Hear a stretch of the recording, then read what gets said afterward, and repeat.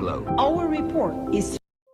When you are named a faith keeper of the Onondaga Council of Chiefs, and for me, it was 51 years ago, you are told that we are now placing in your hands all life, and it is your responsibility to look after all life. Every person, every tree, every animal, every stream, and the earth itself, unto the seventh generation. In 1972, the world started a process that is mapping our future. The United Nations Conference on the Human Environment held in Stockholm brought the industrialized and developing nations together to delineate the rights of people to a healthy and productive environment. The environmental crisis will profoundly alter our planet. Fossil fuels is slowly warming the globe. Our report is founded upon the concept of sustainable development. We all have two hands and the sentiment of the world. Now I wonder if they will even exist. We are plundering our children's heritage for our present unsustainable practices. Notre maison brûle. The key is to come out from Johannesburg with a credible commitment to action. Now is your moment to save ourselves and the planet for our children. We can fix this. We can stop this madness. Accelerated climate change is here right now. I will link arms with those marching for climate action. We, baby, are going to fight.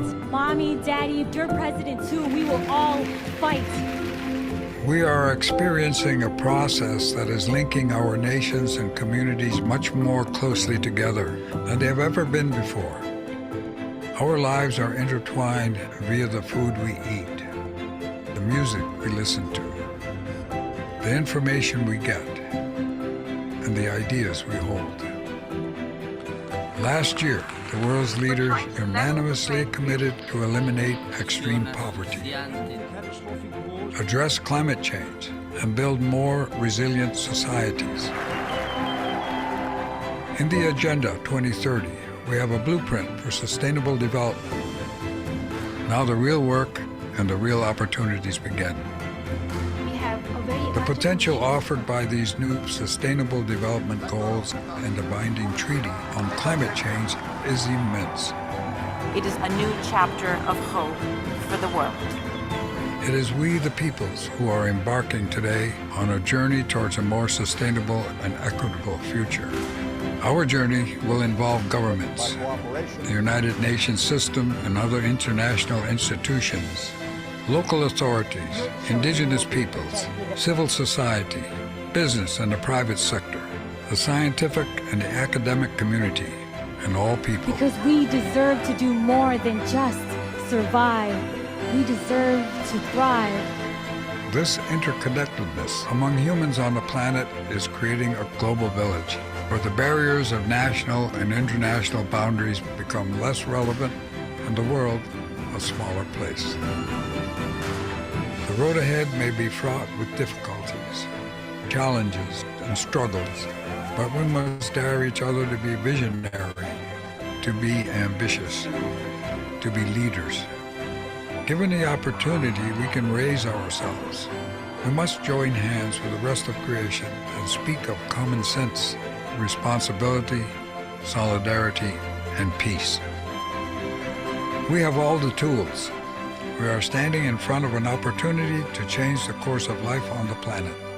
Let's work together to make this world better, where everybody can live with dignity and abundance. Our future starts now. To leave no one behind, we must all lead.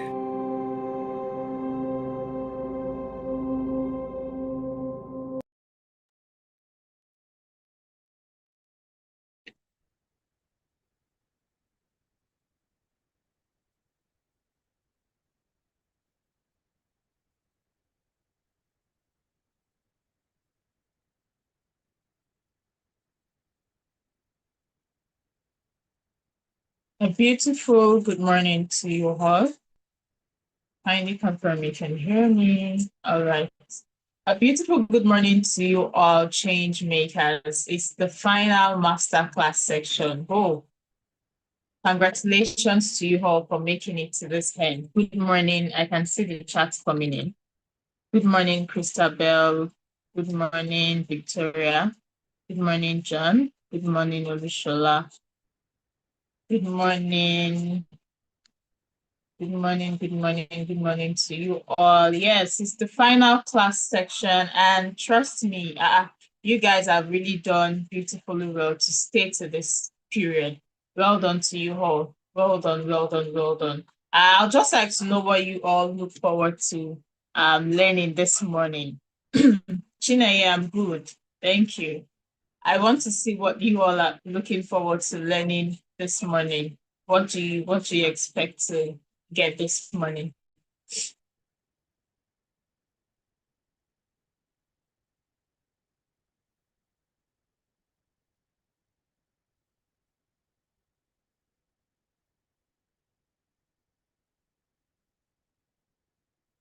Okay.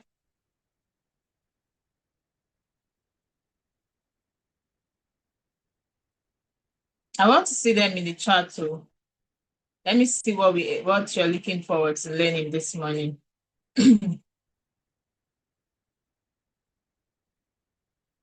Because we want to make this morning section a very interactive one. So I want you all to actively engage via the chat so that we can interact and ensure that we are on the same, we are in sync here. Yeah, Pretty said, welcome to the last masterclass. Yes, yes. The final masterclass from Code 7. All right. So without much ado, this morning will be a very interactive one because yes, we've been learning so many things. And as much as it's good to learn, it's also good to reflect. Am I correct? Yes, it's also very good to reflect on what we've learned so far.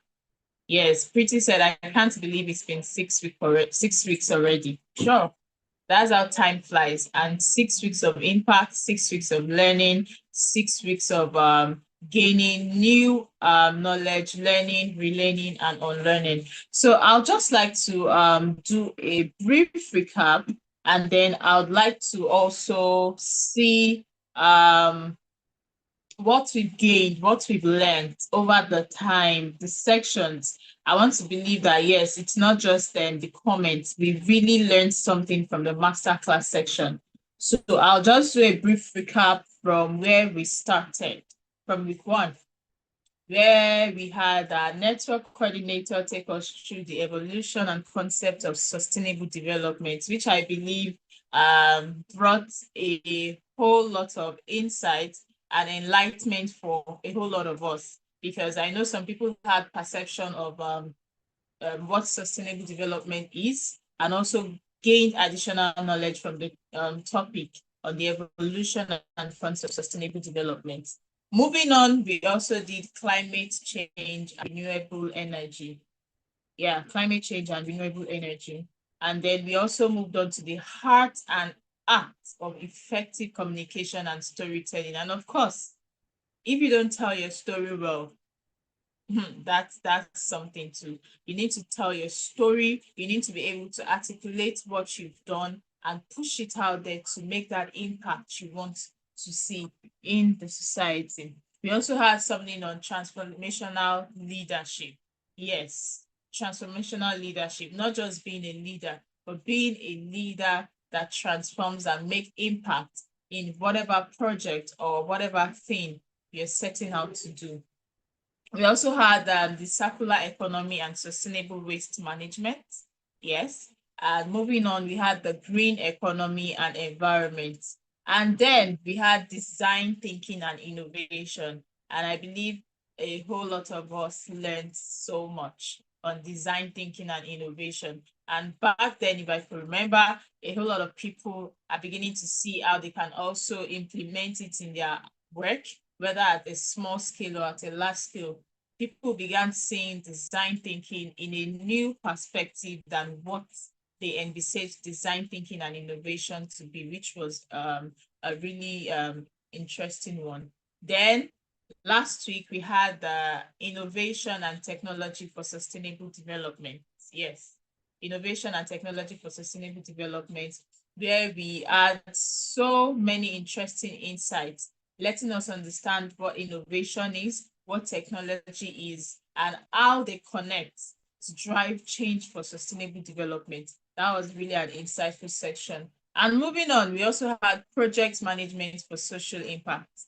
Yeah, we got really practical insights, if you remember clearly, on not just setting out the project that will end up becoming a problem, but ensuring that at every stage of your project, you have proper documentation, you have proper outline, you carry the necessary stakeholders along, you ensure that everything in your project is properly managed. Do you get? So these are things we've learned so far.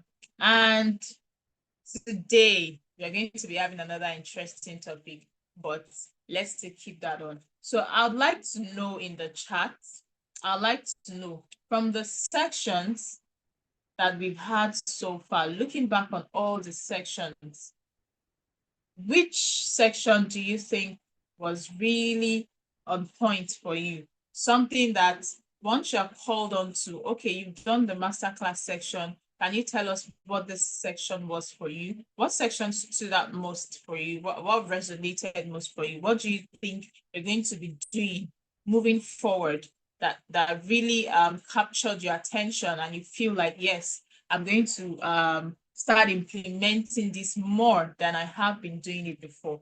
So I'd like to see in the chat what that topic or section was for you. So kindly bring them in. All right, Grace said, it's been an amazing journey.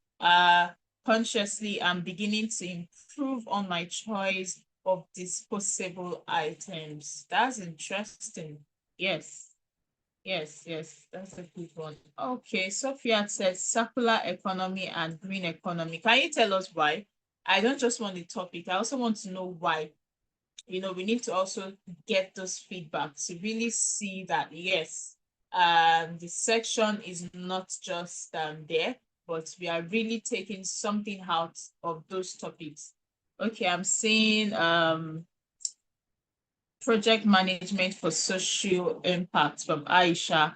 Okay. Jessica said all the section, but I enjoyed innovation and technology.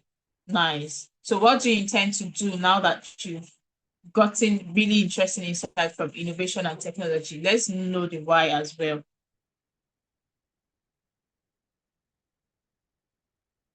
Joy said project management and effective communication and storytelling.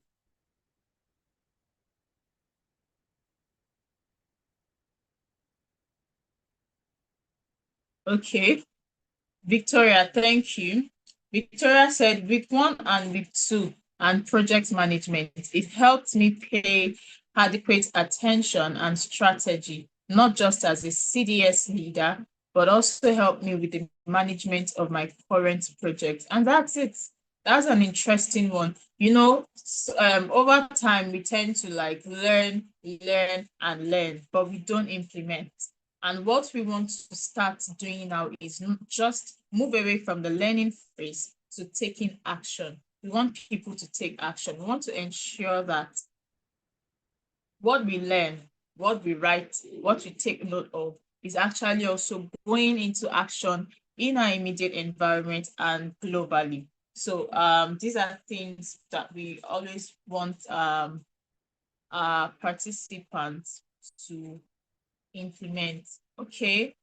Hussaini said project management for social impact really stood out for me, especially the part where you have to involve the local population so you don't create a problem while trying to solve one. Interesting. Yeah, that was a key insight from the last masterclass section on project management for social impact. You might think you're trying to implement something really nice, really great, but the people you're implementing it for are resistant to change. So these are things we need to actually put in check before we just carry out that project. The project might be superb, brilliant, but we also need to ensure that we are doing it in line with the needs, in line with what the population needs to do. That's very interesting. Thank you, Seni. Please keep them coming, keep them coming. Really want to make this morning interactive before we have our section for today. All right. I can see project management for me. I've always been the one who manages programs, but learning it here simplified how I can do things without going overboard and how I can implement it in other areas. Okay, interesting, interesting. I think project management for social impact is ranking high. That's interesting. Danjuma said, I enjoyed all the sections, but project management for social impact stood out for me because I'm into social welfare protection, which involves the well-being of not the people, but the environment too. Okay, probably you wanted to say not just the people, but the environment too. Interesting, interesting. All right. Okay, there's a different one here from Dandy, okay? Dandy said circular and green economy. I learned how we can make environmental impact whilst making money and also producing durable and eco-friendly products should be our target as sustainable change makers. Okay. Looks like the project management for social impact. Act of effective communication and storytelling. Nice. And I believe that we'll start telling our stories better now. We'll start communicating what we've done in a more advanced way. And part of the assignments that you've been given on the project during the course of this learning is that you ensure that you put your learnings out there on the platform. That way, you're also advancing the knowledge of sustainable development directly or indirectly. So you never can tell. Someone might just read one of your posts and be like, oh, this is really nice. I think this is something that I can adopt as well. This is something I can do. You might not know that you passed that message, but indirectly, you've communicated something to someone. So that is also part of telling the story. Telling your story, putting your self out there, ensuring that you communicate what you're doing or what you've been doing or the project you that is bringing that desired change we want to see. So okay, Japhet said actually all the sections were amazing, especially the transformational leadership, because when we have the right leaders leading, there is nothing I can't achieve. I believe together, in fact, fantastic, true. When we have the right leaders leading, there is nothing we can achieve. And the leadership, sometimes we look at leadership from the grand scale, but even that very, the immediate position that we hold, whether it be state lead, team lead, even probably class representative, or probably even project lead, before it advances to other states, it starts from that lead to positions that you think might just not really matter, but they really matter and goes a long way in how you impact yourself, you impact people, and you impact everyone around you. So these are things we really need to reflect on. We really need to reflect on over time. Okay. Boala said, design thinking. Learn to focus on understanding user needs, challenging assumptions, and to get a good idea. I need more ideas. Okay. Beryl John said, all sections have been impactful, but innovation and technology for sustainable development has been amazing. Made me more conscious of keeping equity and sustainability in mind during innovation. All right. So I want to put you all on the spot. If you were asked to come teach a topic as SDG Advocate graduates, and you're asked to come pick a topic to teach, sometimes we don't even need to stress to look for external speakers. We have potential teachers here. So if you are called on to come teach a particular topic from the masterclass sections you had so far, which would you want to go for?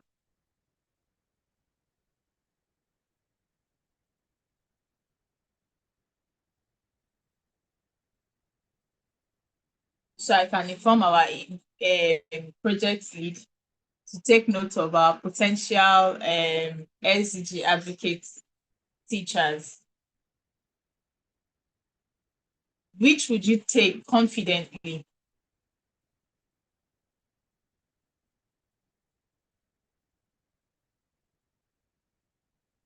So okay. Jonathan said, I will pick project management. Okay. Mabel said, climate change and renewable energy. Mary, art of storytelling. Nice, nice. Circular economy, project management. Okay. I can see one, design thinking and innovation. Chineye, design thinking and innovation for circular economy. Interesting. Which is really interesting. And I believe in the next phase of your projects, these are things that you can also imbibe in whatever knowledge you're trying to share out there and pass on to other people. Simile said, I will pick design thinking. Okay.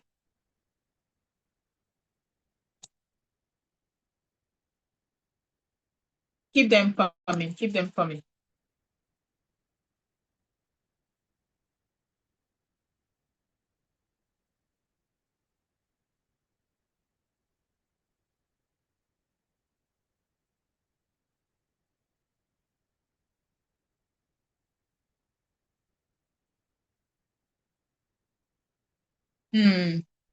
Innovation and technology for sustainable development. I think circular economy is ranking higher, so we don't need to stress when you want teachers for circular economy.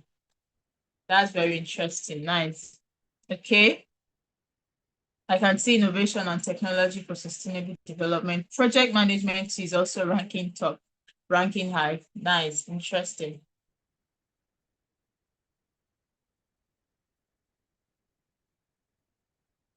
Sophia said, I've been embracing sustainability lately, inspired by the principles of circular and green economy. I've started reusing my plastic plates and it's made a big difference. That's it. The little changes we want to see, starting from ourselves. Have you started sorting your waste at home when you finish eating the junks or finish using the paper or whatever trash you're done with? Do we really sort our waste, or we just learn, we know by head, but we don't carry it out? So these are the changes. Sometimes we need to challenge ourselves on some of these things. We need to go beyond learning, beyond just writing, beyond just telling the story, but actually doing it, taking that action. When we go to our homes, by the time myself, if I sort my waste, you sort your waste, this Mr. A sorts his waste, Mrs. B sorts her waste, it makes the whole thing easy. But if Mrs. B learns but does not do, or I learn and I don't put it into action, or you learn and you don't put it into action, we'll just be learning and there will be nothing really to show that we are actually implementing that desired change. And sometimes you can even see now with the recent rain of recent, like you can tell how the impact it had in homes. You can tell.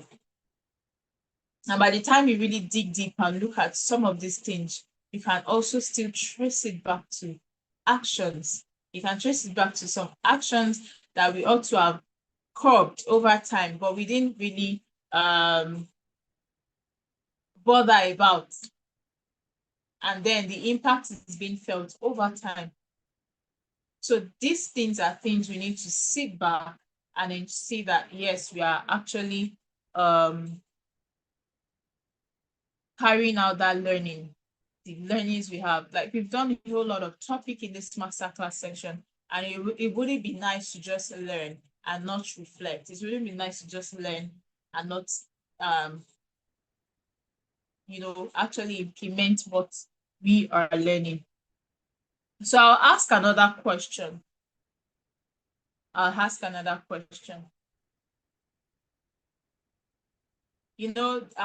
speakers brought in very interesting insights. And from some sections, you see some people asking like, oh, really? So we have this, oh, this. So I'd really like to know what that one thing that you actually learned here during the masterclass section that surprised you. Like, it was like a new knowledge. It was like, oh, really, this exists? Oh, really, I can do this? What's that one thing for you?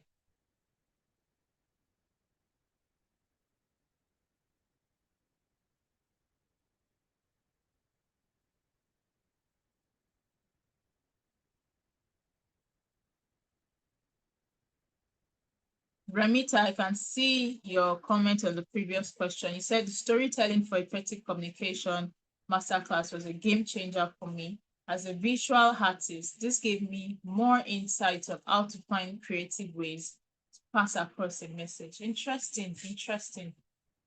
Implementing your learnings to your work, implementing your learnings to what you do. That's an interesting one.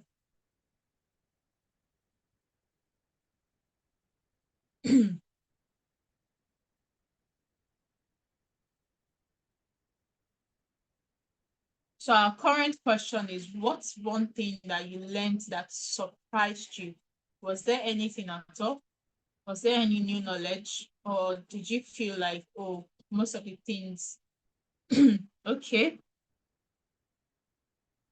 I think I can see knowing about SDG targets and indicators by Mr. Emmanuel. Okay. Someone also said it is transformational leadership because I never knew there was something like that. Wow, interesting.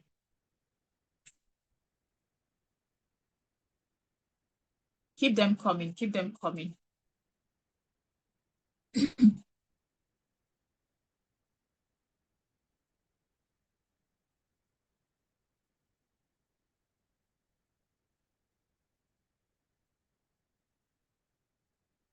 Okay, Johanna said about circular economy, I realized that recycling is important for the sustainable activities. Okay. Anonymous, okay, said, yes, effective communication too. I'm a writer and storyteller. I learned to simplify my story and actually communicate and not just tell a story. You can't change the society without communication. Interesting. Oh, okay, there's another one here by Omawumi. Omawumi said, from the very first masterclass, I was surprised. I never knew that the SDGs had targets and indicators. The circular economy class also, I thought I knew about circular economy, but I was wowed. That's very insightful. Okay, keep them coming. Things like this helps to shape future learnings and activities better over time. Okay, Chidima said, the new shocking but beautiful thing I learned had to do with the circular economy, being intentional not to create a solution that causes more or new problems. That is on point. Yes, we don't want more problems. We have enough already. We need solutions. So we also need to be intentional not to create a solution that causes more or new problems. Very, very spot on. Thank you, Chidima. Okay, Adesanya said, during the circular economy class, for the first time I heard bird droppings can be used as fish food. It was new to me. Thank you for that. Thank you.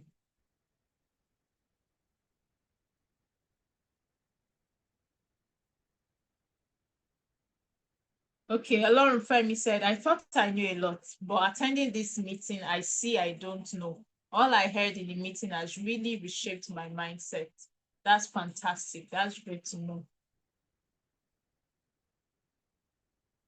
Okay, Victoria Chikam Nayo said, I am one person that avoid any topic on innovation, renewable, and all of that, but I am glad I was able to learn those topics, especially circular economy.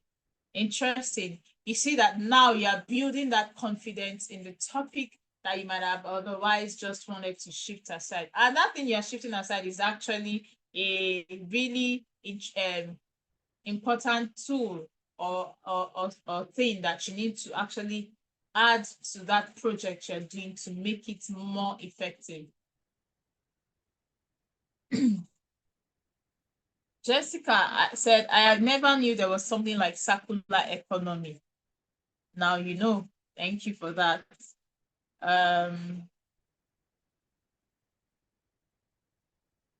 Okay, Joy said, this kept me thinking. In project management, it's not enough to detect a problem. It's essential to ask the community to ensure your solution is needed. It helps in building priority. Absolutely correct. It helps in understanding, oh, since this is what they want, let's do this. Not doing things because that is what we want to do or that is what you intend to do. What community you're going to, what the community you're going to visit, what exactly do they need in their community? Okay, I can see another one from Musa Ibrahim. He said, I have heard of SDGs, but never knew its involvement in so many things, like change to the community, particularly innovation and technology, then climate change and green energy. Interesting, interesting, interesting. Thank you for that.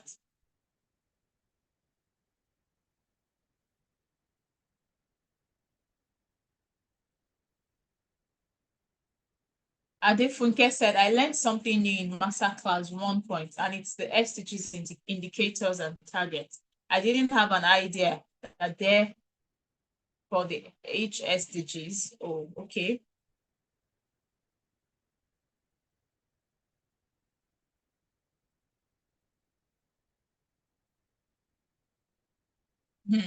Keep them coming, keep them coming. This is really interesting. It's great to see how perspectives and mindsets have shifted just within the face of these master classes. And that's a really beautiful one. That's a really beautiful one. Well done to all of you.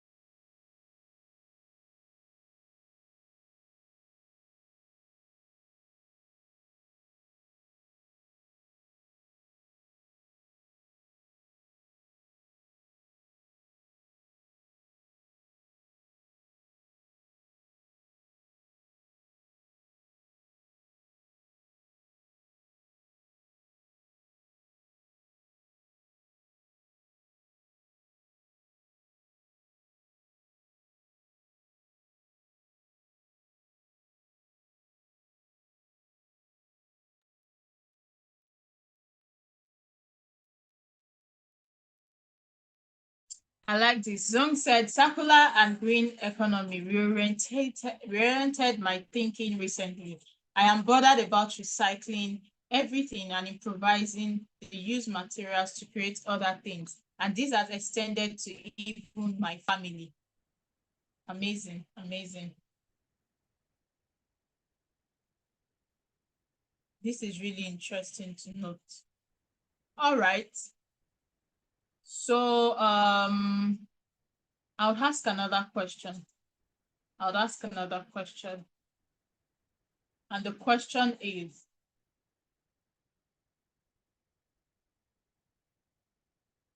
how do you see yourself contributing to change with what you have learned? Now, perspective have shifted, mindset has shifted, you've learned a lot, you've gotten different orientation about. Sorry, please, I think I'm getting a feedback. Someone said she can't hear me. Okay. So we've gotten knowledge about different things. We've incorporated a lot of learnings. So the question is, how do you see yourself contributing to change with what you've learned? How? The question is how. You have learned, so how do you see yourself contributing to change?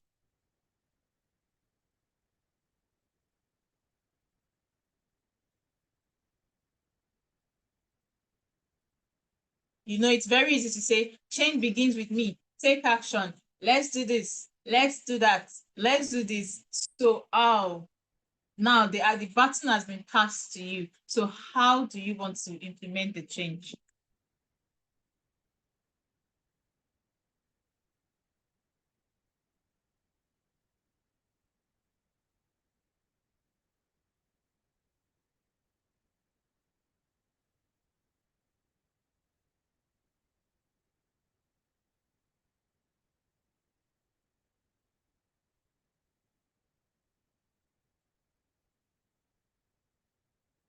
Keep the answers coming in the chat.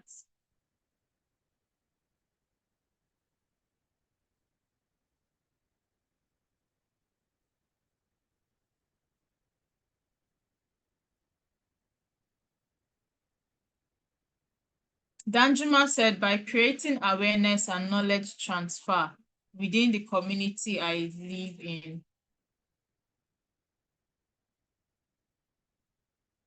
I want to see the how, not just I want to put action, I want to take action or share knowledge.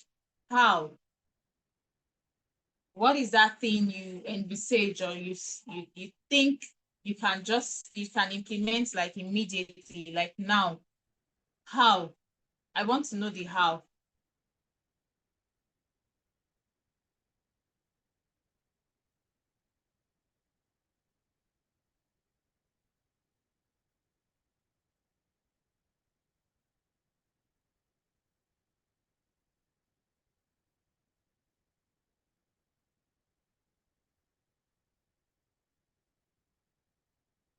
Keep them coming.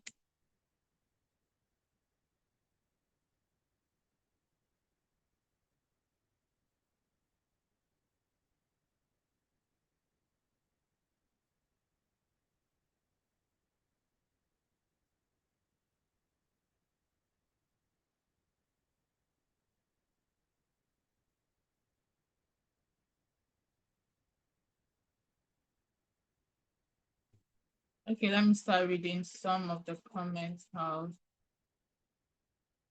Okay, this is behind. Deborah said, by utilizing my social media handles to spread the word. That's the first step.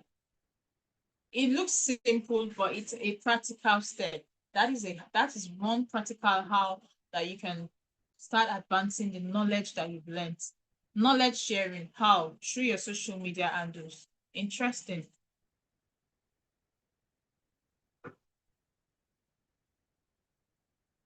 Okay, Remita said, as a virtual artist, I see myself reusing material in my environment to create artworks. This will effectively reduce waste in my community. Fantastic, fantastic. That's a fantastic how. So implementing that change, we want to see the change taking action for real, not just for knowledge sake. I will pass the knowledge, I will. How? Let's see the how. We want to see the changes. If possible, as you're implementing the change, you can even do the pictures, the videos you send through the SDSN Youth Nigeria platform to really tell us the how how you have implemented the change over time from your learnings from the masterclass. Those are the things that spur people up to. By the time you are doing it, you will see that you also encourage other people to join you in it. By the time this person is doing, that person is doing, before you know it, you're actually implementing that change. So we really need to move away from speech, talking, writing, learning, and actually implementing. So I need more house. I need more house.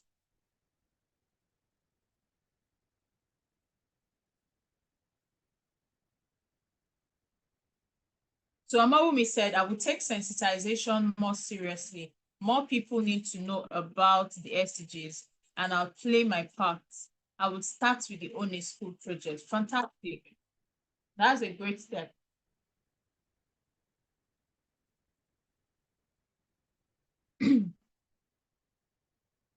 Okay, Jessica said, getting waste bins, or better still, building waste bins for pouring of debt. It looks simple, but that's a fantastic solution. So by the time we are putting in that how, and it will be interesting that as you're saying this here, you actually put it out there.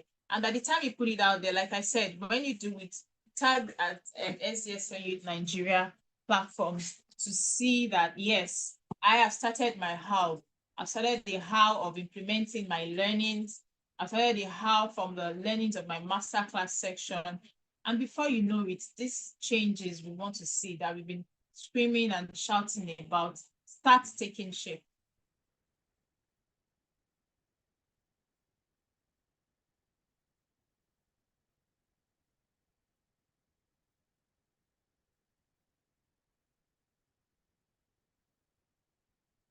I need more answers.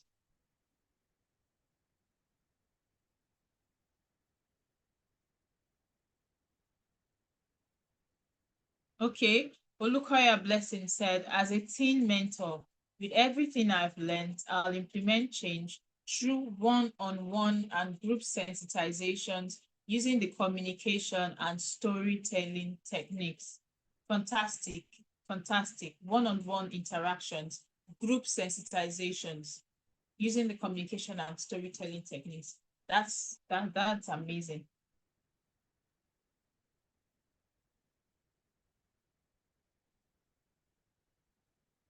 Okay, Tammy said, I plan to incorporate the SDGs into my personal and professional life by actively supporting initiatives that align with goals, such as volunteering and advocating for sustainable practices.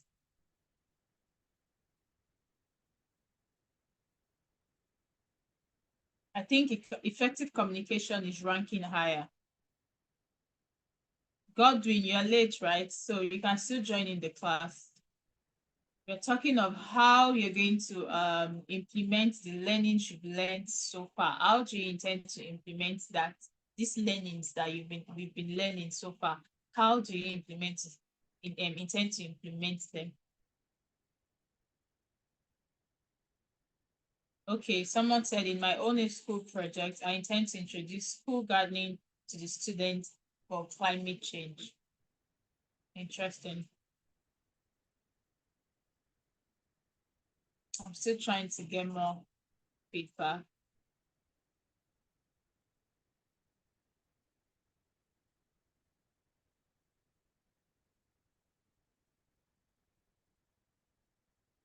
Okay, Sunday said, first, I will need to get the need assessment, then get close to the audience. For instance, the Own School project, I will get there and start sourcing for fund.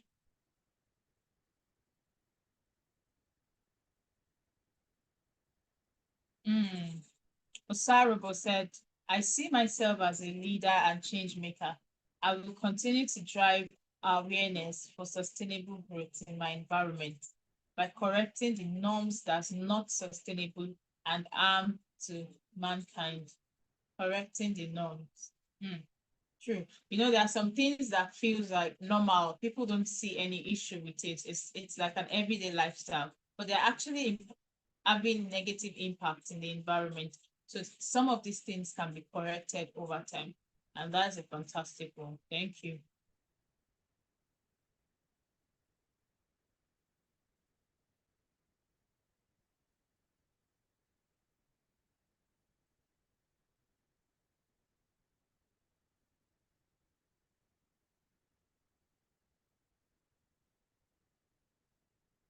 I like this.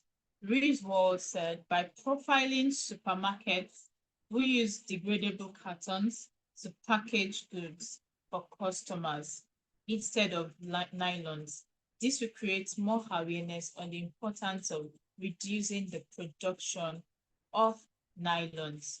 Okay, that's an interesting one.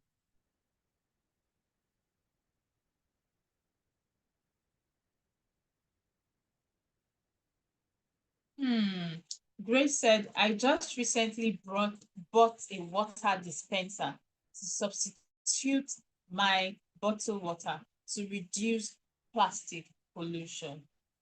Amazing. Step, action, taking action, intentionality, taking that intention birthed to actually implement the change. That is it.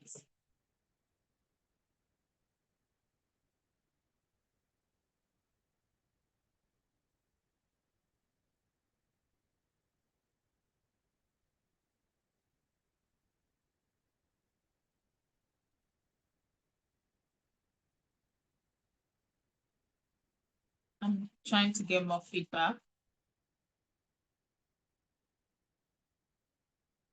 Okay, thank you, Victoria. Victoria said, as an SDGs CDS president, the group and I will engage the traditional rulers of this LGA on the topic discussion for the adaptation of climate change and renewable energy to reduce litter of plastics. Yes. Engagement, knowledge sharing, sensitization as a group or with leaders, with community members in different forms, whether small or large, are ways we can actually implement the knowledge we have learned, pass it on to people, and have everyone actually carrying out that change we want to see, or implementing the change we want to see.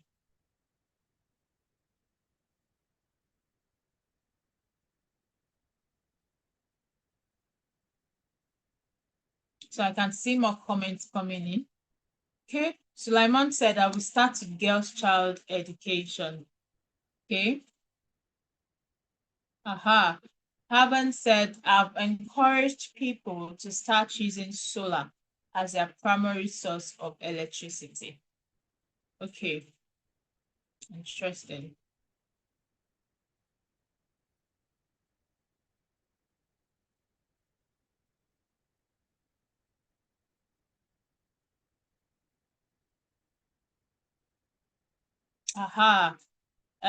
Someone said, amazing moments. Okay, most of you are not using your names for it, but all right. Says, I work in a supermarket. I recently started to talk to customers about bringing their own bag to shop, thereby encouraging reuse and recycling. Yes, because when you come today and then you're being informed, you need to come with your bag. You have that consciousness to ensure that you're coming with something to carry your things, but when you're leaving or when you come to buy things.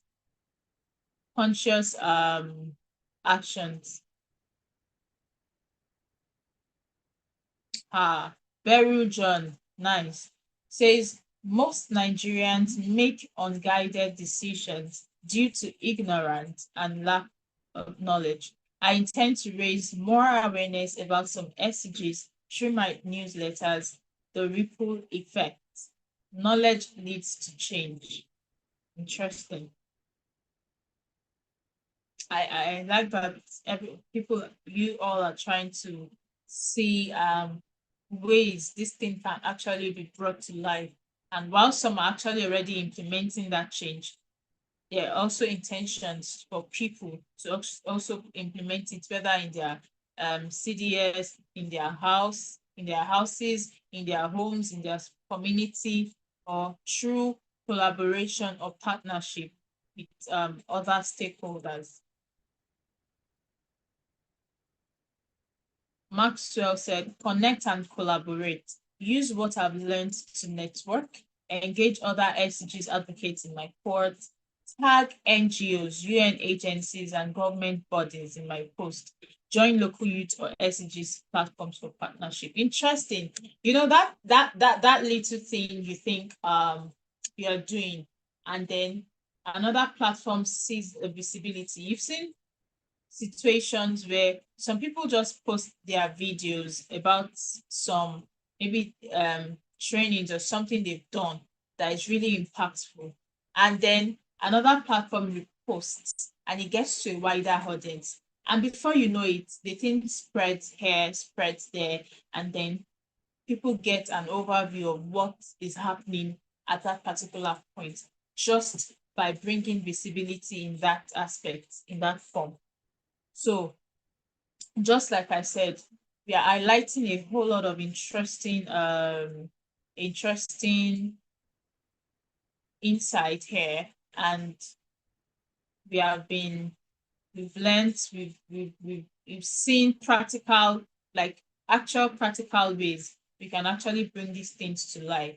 So when you, especially those that said communication and storytelling, when you tell your story, when you put it out there, you also ensure you carry organizations that are in line with this thing, that can help also broaden the scope of what you have brought out there. And before you know it, people start catching the vision from there, like, oh, if this person can do this, I think this would be a nice concept to implement in our school. I think we can start even getting young people or a group to actually do this particular activity or something. So these are things we need to actually ensure we do.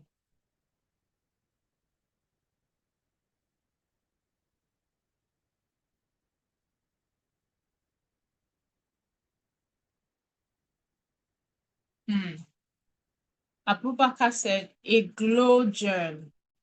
That sounds neat. A glow germ hand washing day, where I will use a simple black light experiment to show kids how soap annihilates germs, making health science fun and unforgettable, which aligns with SDG 3 and 6.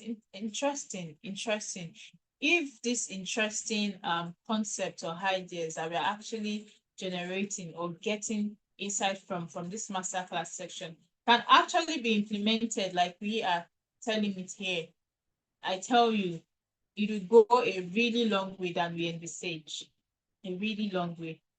A really long way. A really long way.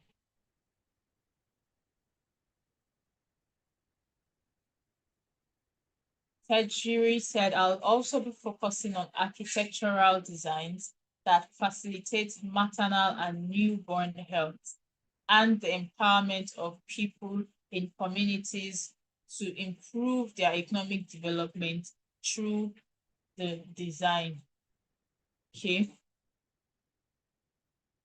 Now this I like this one. Miracle said it looks simple and just there, but they are actually actions that, if not taken care of, can cause more harm on the long run than good. Miracle said, I've been telling my friends to stop throwing their biscuit wraps or snacks on the floor and use waste bins. I've also stopped throwing my dirt on the floor. Now, if you look at that, you just look at it as, oh, that's simple now. But imagine, by the time you eat this, you're going on the road, throw. This person, you're going on the road, throw. And nobody is there to caution anyone. And the habit continues like that. By the time 100 people pass that route that day, and they all throw something while they are going on the floor, and the thing moves into the gutter or moves into the drains or something, tell me how that place will not cause blockage by the time it rains and everything floods to a particular point. Just simple actions that we do will have long-term effects in the environment. So that's really interesting. Thank you, Miracle. Says, I've been telling my friends to stop throwing their biscuit wraps or snacks on their floor and use waste bins. And I've also stopped throwing my dirt on the floor. Thank you.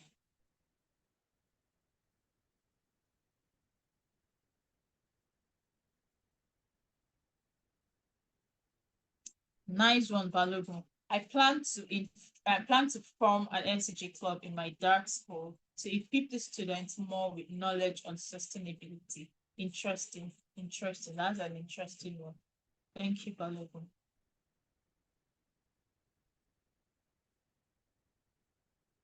Thank you, Victoria. One last thing I will do here before my POP is to establish an SDGs club in my place of PPA to also create awareness and prepare their minds of being a change maker, even as a youth.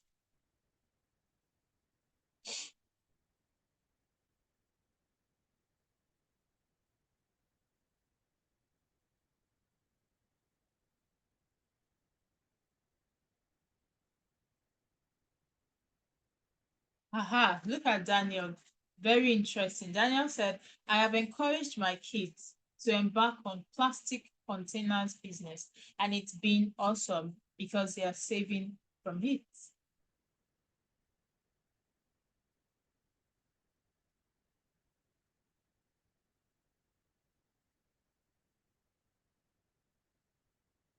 Kokuje said, as an SDGs advocate, I will be using this platform to raise awareness about the ripple effect of internet fraud among youngsters and in return promote positive alternatives. That's an interesting one.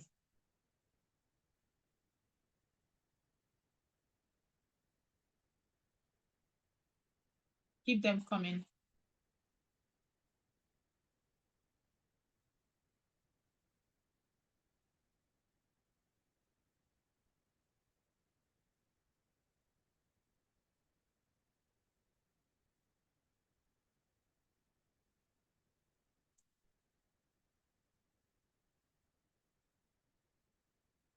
Keep them coming.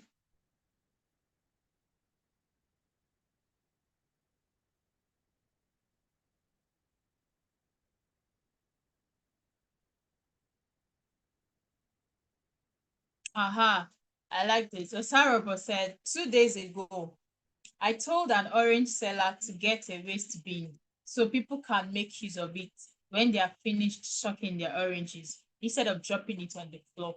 He said he will. Yes, that's it. Simple steps, simple solutions, but it makes a huge impact. You know, sometimes we used to overlook all these simple solutions and then think of building something big. We want to do this grand thing. But those simple things that we are starting, we are telling, we are consciously putting in people's minds and businesses are things that actually create a long-lasting change over time.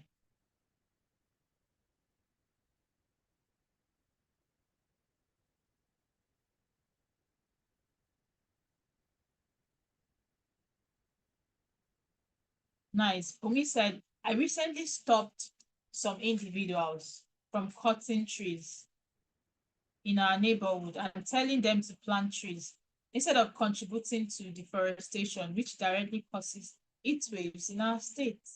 That's it. Afforestation instead of deforestation.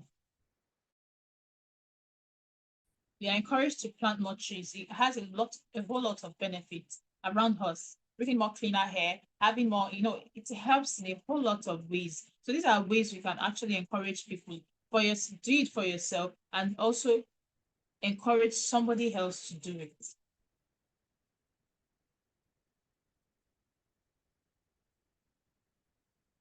Yes.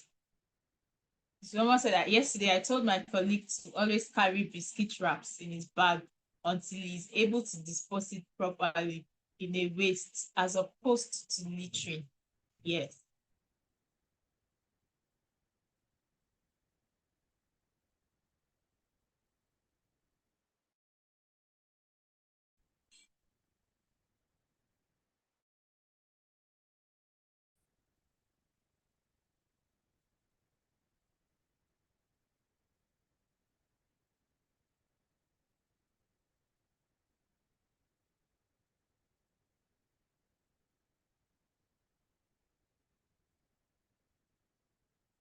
All right, I've really learned a lot from you all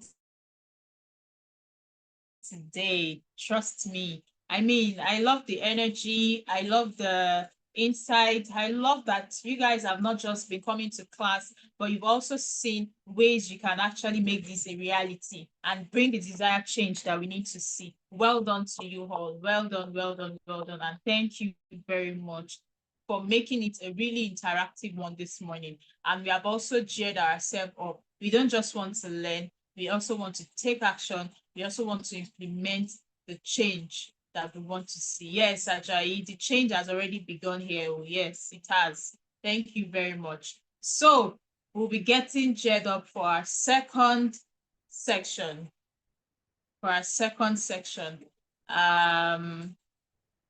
Yes. So today, for the second section, we'll be having our speaker who will be taking us through the ethical use of AI for the SDGs. And trust me, I know that, AI is the in theme now, and then we in fact, barely anything you want to do now, there's an AI tool that has been developed to make that task easier. So what are the ethical use we need to actually consider or take note of? So this section will be taking us through that, the ethical use of AI for SDGs by Mr. Henry Somi Makinde.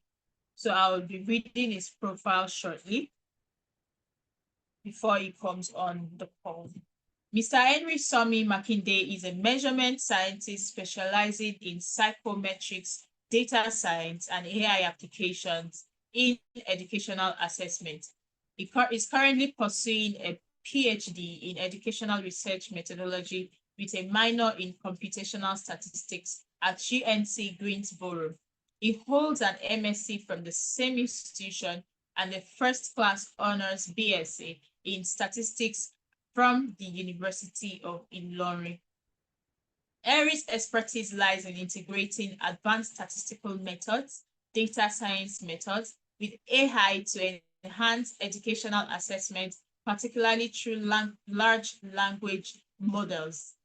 During his internship with the National Communication on Certification of Physician Assistants, that's the NCCPA, he developed AI-driven item generation processes and presented findings to their board of directors. Interesting to know that he's a recipient of the Center for Measurement Justice Scholarship and Nancy McCall Class of 50 Scholarship.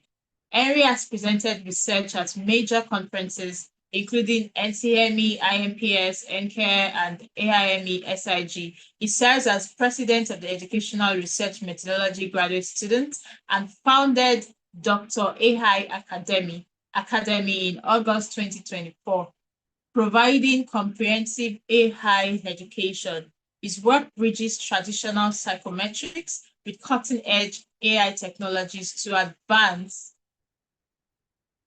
the field of educational measurement. So join me to welcome Mr. Henry Somi Makinde as he takes us through the ethical use of AI for the SDGs.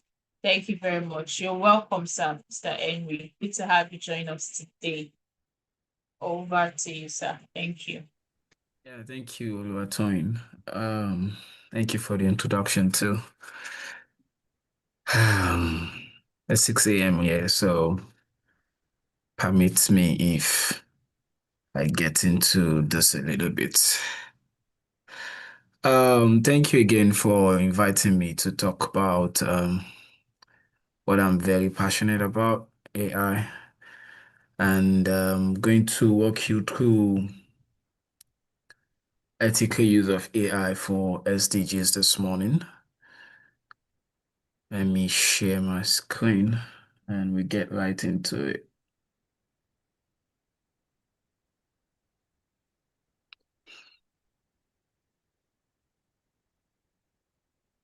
Can you please permit me to share my screen? Thank you. Okay.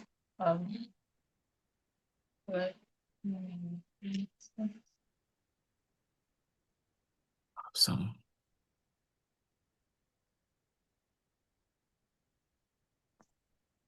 Sorry, do that shortly.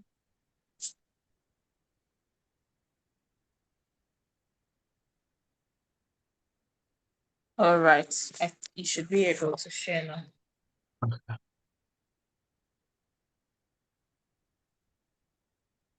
Can we confirm we can all see my screen? Okay. Yes, please. Yes. Awesome. So, I'll be walking you through ethical use of AI for SDGs and navigating opportunities and challenging around SDGs in Nigeria. Like she has said, a fourth-year PhD student, University of North Carolina, Greensboro, currently working with PA Research Education here in Washington, D.C. Proud to now, what we are currently witnessing is the 1999 internet revolution. That's what we're currently witnessing. The mass adoption of internet was around 1999 when the internet went mainstream. Everybody in every house can have access to internet. We can now use internet on our cell phones. We can use internet everywhere. And that is the current state of things with AI now.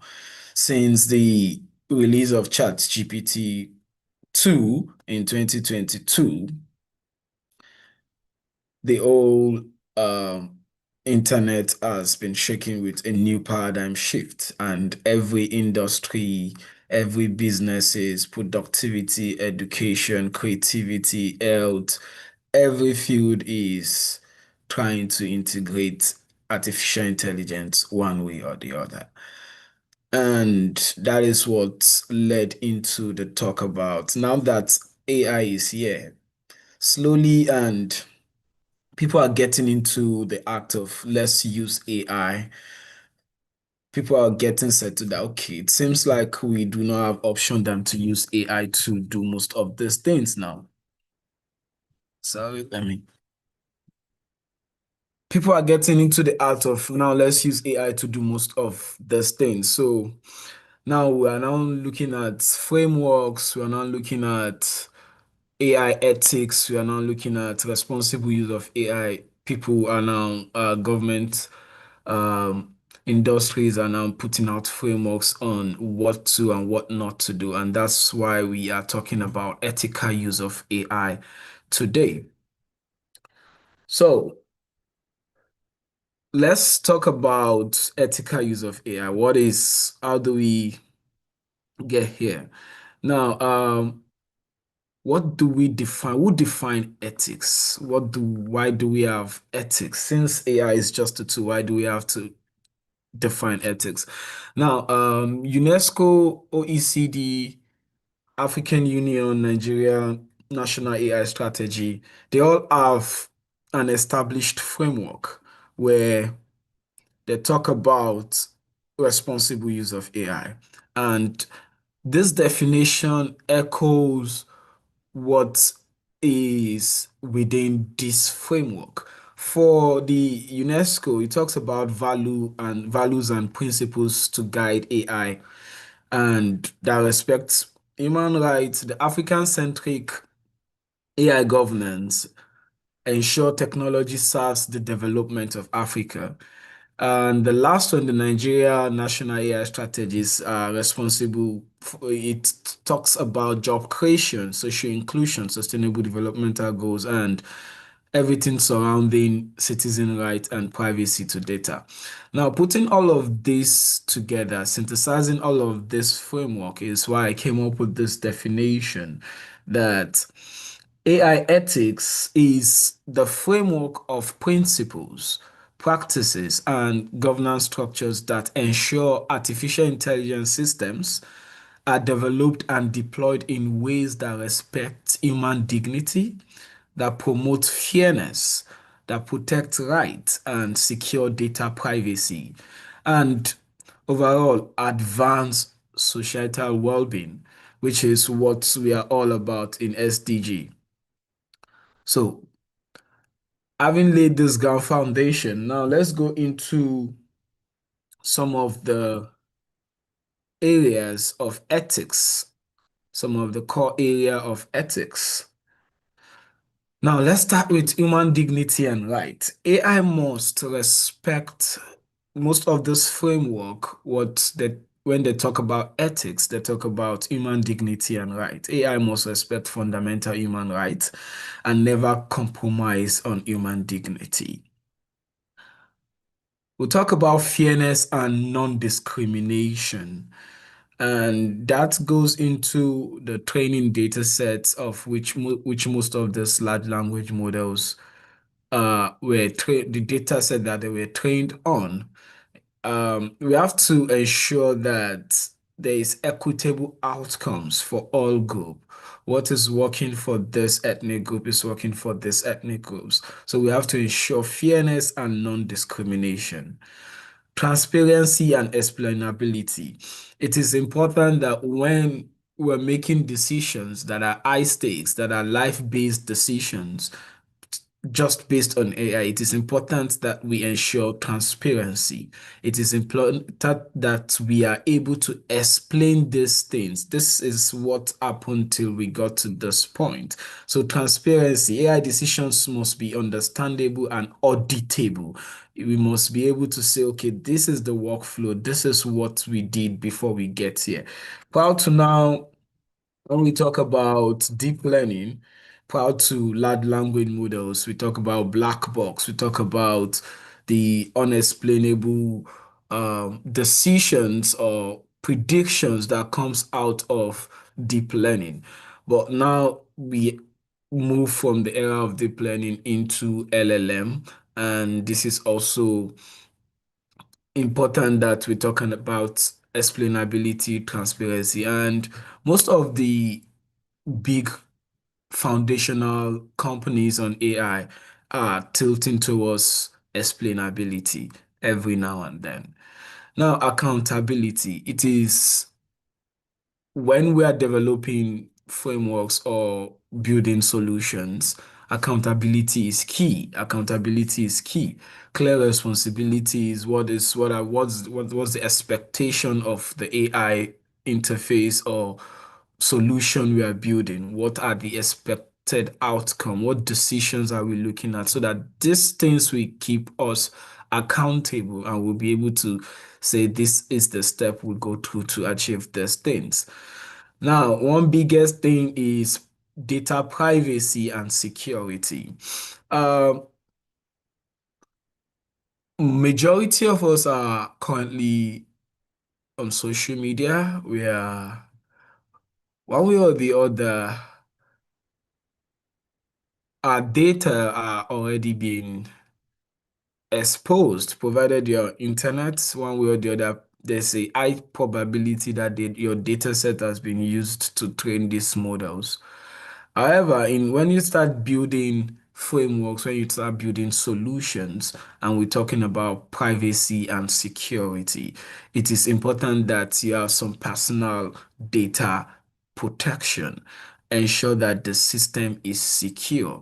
Ensure that there's data privacy. Now imagine OpenAI decide to release your conversations on ChatGPT on the internet. Not every one of us would be able to say we want that out there because ChatGPT has become a companion to many.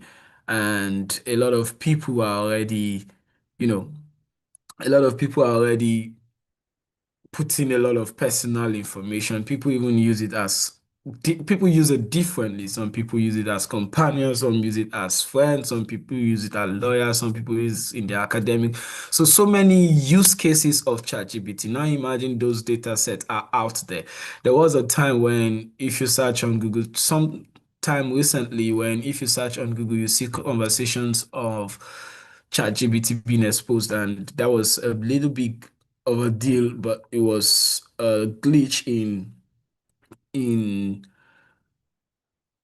OpenAI's account, and they fixed that. So it's important that whatever solutions we are building is we have secure system. Then the last point here is sustainability. We want to ensure that the social impact, the environmental situations, we want to ensure that what we are doing is safe and is sustainable over time. We want to make sure that this is not just another framework that is going to affect human race and all of that. So we want to ensure that we consider the environment and the social impact when building. So these are the core AI principles when you decide to build solutions, when you are looking at ethics from these existing frameworks. So now let's talk about some of these key ethics that we all should know. There are a lot of international frameworks, but these are just selected few of the frameworks that are in existence. There's a lot of framework. There's NIST framework, which is really one big framework when it comes to AI and management. But these are selected few frameworks that we are somehow connected to. Now, the OECD is one of the first frameworks that was released in 2019 when this became a thing. OECD 2019 Governmental Standards for Trustworthy AI. Now, in 2021, the first global agreement on AI ethics come from UNESCO AI Ethics Recommendation in 2021. Then we have the African Union Continental AI Strategy in 2024. And the last one I added here is the UN Global Digital Compact 2024, links AI to SDG achievement. Now, most of these frameworks and many more are all talking about the core AI tech ethics that we've talked about and how to use AI responsibly when deploying products from AI. Now, the next frameworks that we should be concerned about, they are international frameworks, they are local frameworks. So these frameworks are hierarchical. Now, the next one would be Nigerian frameworks. Now, what strategy do we even know that these frameworks exist? A lot of us try to build solutions, try to use AI, but we do not know that there are ethical considerations when it comes to this frameworks. So the first is National AI Strategy 2024. There have been others like the Nigeria Data Protection Act. That was not particularly on AI, but it touched base. Protecting data is all about AI, right? It's very related to what we should be looking at in AI. So that's why I added this. But the first national AI strategy was the comprehensive vision for ethical AI leadership. Now we have the Nigeria Data Protection Act. We have the NITDA guidelines, the technical standards for AI deployment. We have GATE Framework 2025, automated decision-making oversight. Now we have about 4 different frameworks that guides the ethics or responsible use of AI that we should know. So I felt like sharing these different frameworks for you. So whenever you are trying to build solution or trying to tilt towards ethics and responsible use of AI, the first point of contact is what are the existing frameworks? What are the laws guiding these things? How can I use this ethically? We go back to the framework. Now, we don't just go to the large, before we start considering the Nigerian framework, international frameworks, it depends on the solution we are trying to drive. Now, to do that, we first start considering the local frameworks. Now, if I want to start thinking around a project to do for my company, PAEA, the first thing that comes to mind is what are the frameworks that PAEA has established for me? So you want to start with your local company. You want to start with the industry you're working in. You want to start with the solution you are trying to create. You want to start locally because this framework starts from, okay, what do we accept as data privacy in our institution? What do we accept? What are the permissible things to do when it comes to AI? So you want to start from where you are. So before thinking about Nigeria frameworks as a whole or the international frameworks, you want to start from institutionalized framework. Now, one key insight from all of this framework is that Nigeria is one of the 5 African countries that have a well-established comprehensive framework AI strategy, which is position us for continental leaders in ethical AI governance. I just added that when I was putting this together. So it's a good thing that we have frameworks guiding the use of AI. Now, why should we be ethical about AI? Isn't it just a tool? A lot of claim have been that AI is just a tool, and yeah, a lot of people talk about that. Yes, this is right, but now we are currently in a paradigm shift where it is difficult to establish truth. It is difficult to. Have you seen Google Nano Banana, the recent AI model released by Gemini, by Google Gemini DeepMind?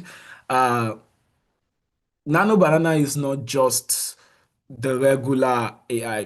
Prior to that, GPT-4o was one of the state of art for image generation. But with Nano Banana, there is reality. There is, when you see the pictures out there, you are unable to distinguish what is this actually by AI, or this is a photographer did this. You can't distinguish between images anymore.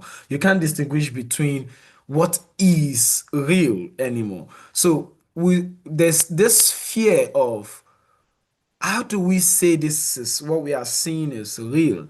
How do we say these pictures are not fabricated? We're having problems of detection. We're having problems of saying this is real. Now, if you see people's posts, if you see videos that are being created, if you use Midjourney or some of this video generation tools, in video Midjourney, you see reality videos that looks like exactly what human will do. The concept of artificial intelligence is a man-made human intelligence. So they are mimicking the humans, right? So everything we are doing is what artificial intelligence is trying to replicate in a more better and faster and efficient way, and a very scalable way. So now the problem we will start facing is identity crisis. Now you just see some posts, you'll be like, should I believe this is AI or this is human? Because that's the state, that is the nature of reality. There are pictures I have that you can't tell whether this is human or this is AI. So it's important that this is not just the regular, it's not a calculator where you do 2 + 2 = 4. It's not straightforward. They have to be technical know-how. There have to be a lot of investment in knowledge for you to be able to tell what is real and what is fake. Recently, we start hearing about agentic system. Agentic systems are one of the recent development of AI, giving autonomy to AI to be able to do tasks on its own. Now, Elon Musk recently is trying to sell robots that could do things for us. Now, that's an agentic system because what will be embedded in it is one of this Elon Musk model, maybe Grok model, the knowledge of Grok is going to be embedded and is going to be trained or fine-tuned to be able to do a specific task autonomously. Now imagine you have a robot that you can easily tell, gentleman, go and prepare me a smoky jollof by just a press of a button. Now, this robot will go and make decisions autonomously. And let's say you decide to put more salt based on your programming, some errors is going to affect people. So it's just not the regular tool we talk about. AI makes autonomous decisions that could affect millions. So it is important to talk about the ethics. It learns and evolves potentially beyond human control. You see that since GPT-2, which is in November 2022, till now, there have been at least 10 GPT variants. We have GPT-2. From GPT-2 we went to GPT 3.5. From 3.5 we went to GPT-4. From 4 we have about 4 variants. We have GPT-4, we have Nano, we have Mini, GPT 4.1, we have Mini, we have GPT-4o. We have different variants of GPT-4. Now, after just some months ago, we have GPT-5. Last month, we have GPT-5. And it was the state of art. After a week, we had another model in China. So you see that most of these things are upgrading on a regular basis. And this is not because of this is basically because of the data, because of the exposure. Now, there's something we call supervised fine-tuning or reinforcement learning through human feedback. Now, RHLF is when you are loading, when you've gotten a ton of human feedback. What we do, we use ChatGPT as much. A lot of us used it. Like, you look at millions of people using ChatGPT. So they are accumulating data to improve their models at the back end. That reinforcement learning through human feedback. Now we've given the model enough information to be able to learn more from us, and that's why we have variants of model, because they now have more knowledge. So every time you see a new model, there's something new they have added. There are some new development that has been added. If the current state of art GPT-5 can code even more than the best programmer, when GPT-5 was released, one of the software developers said that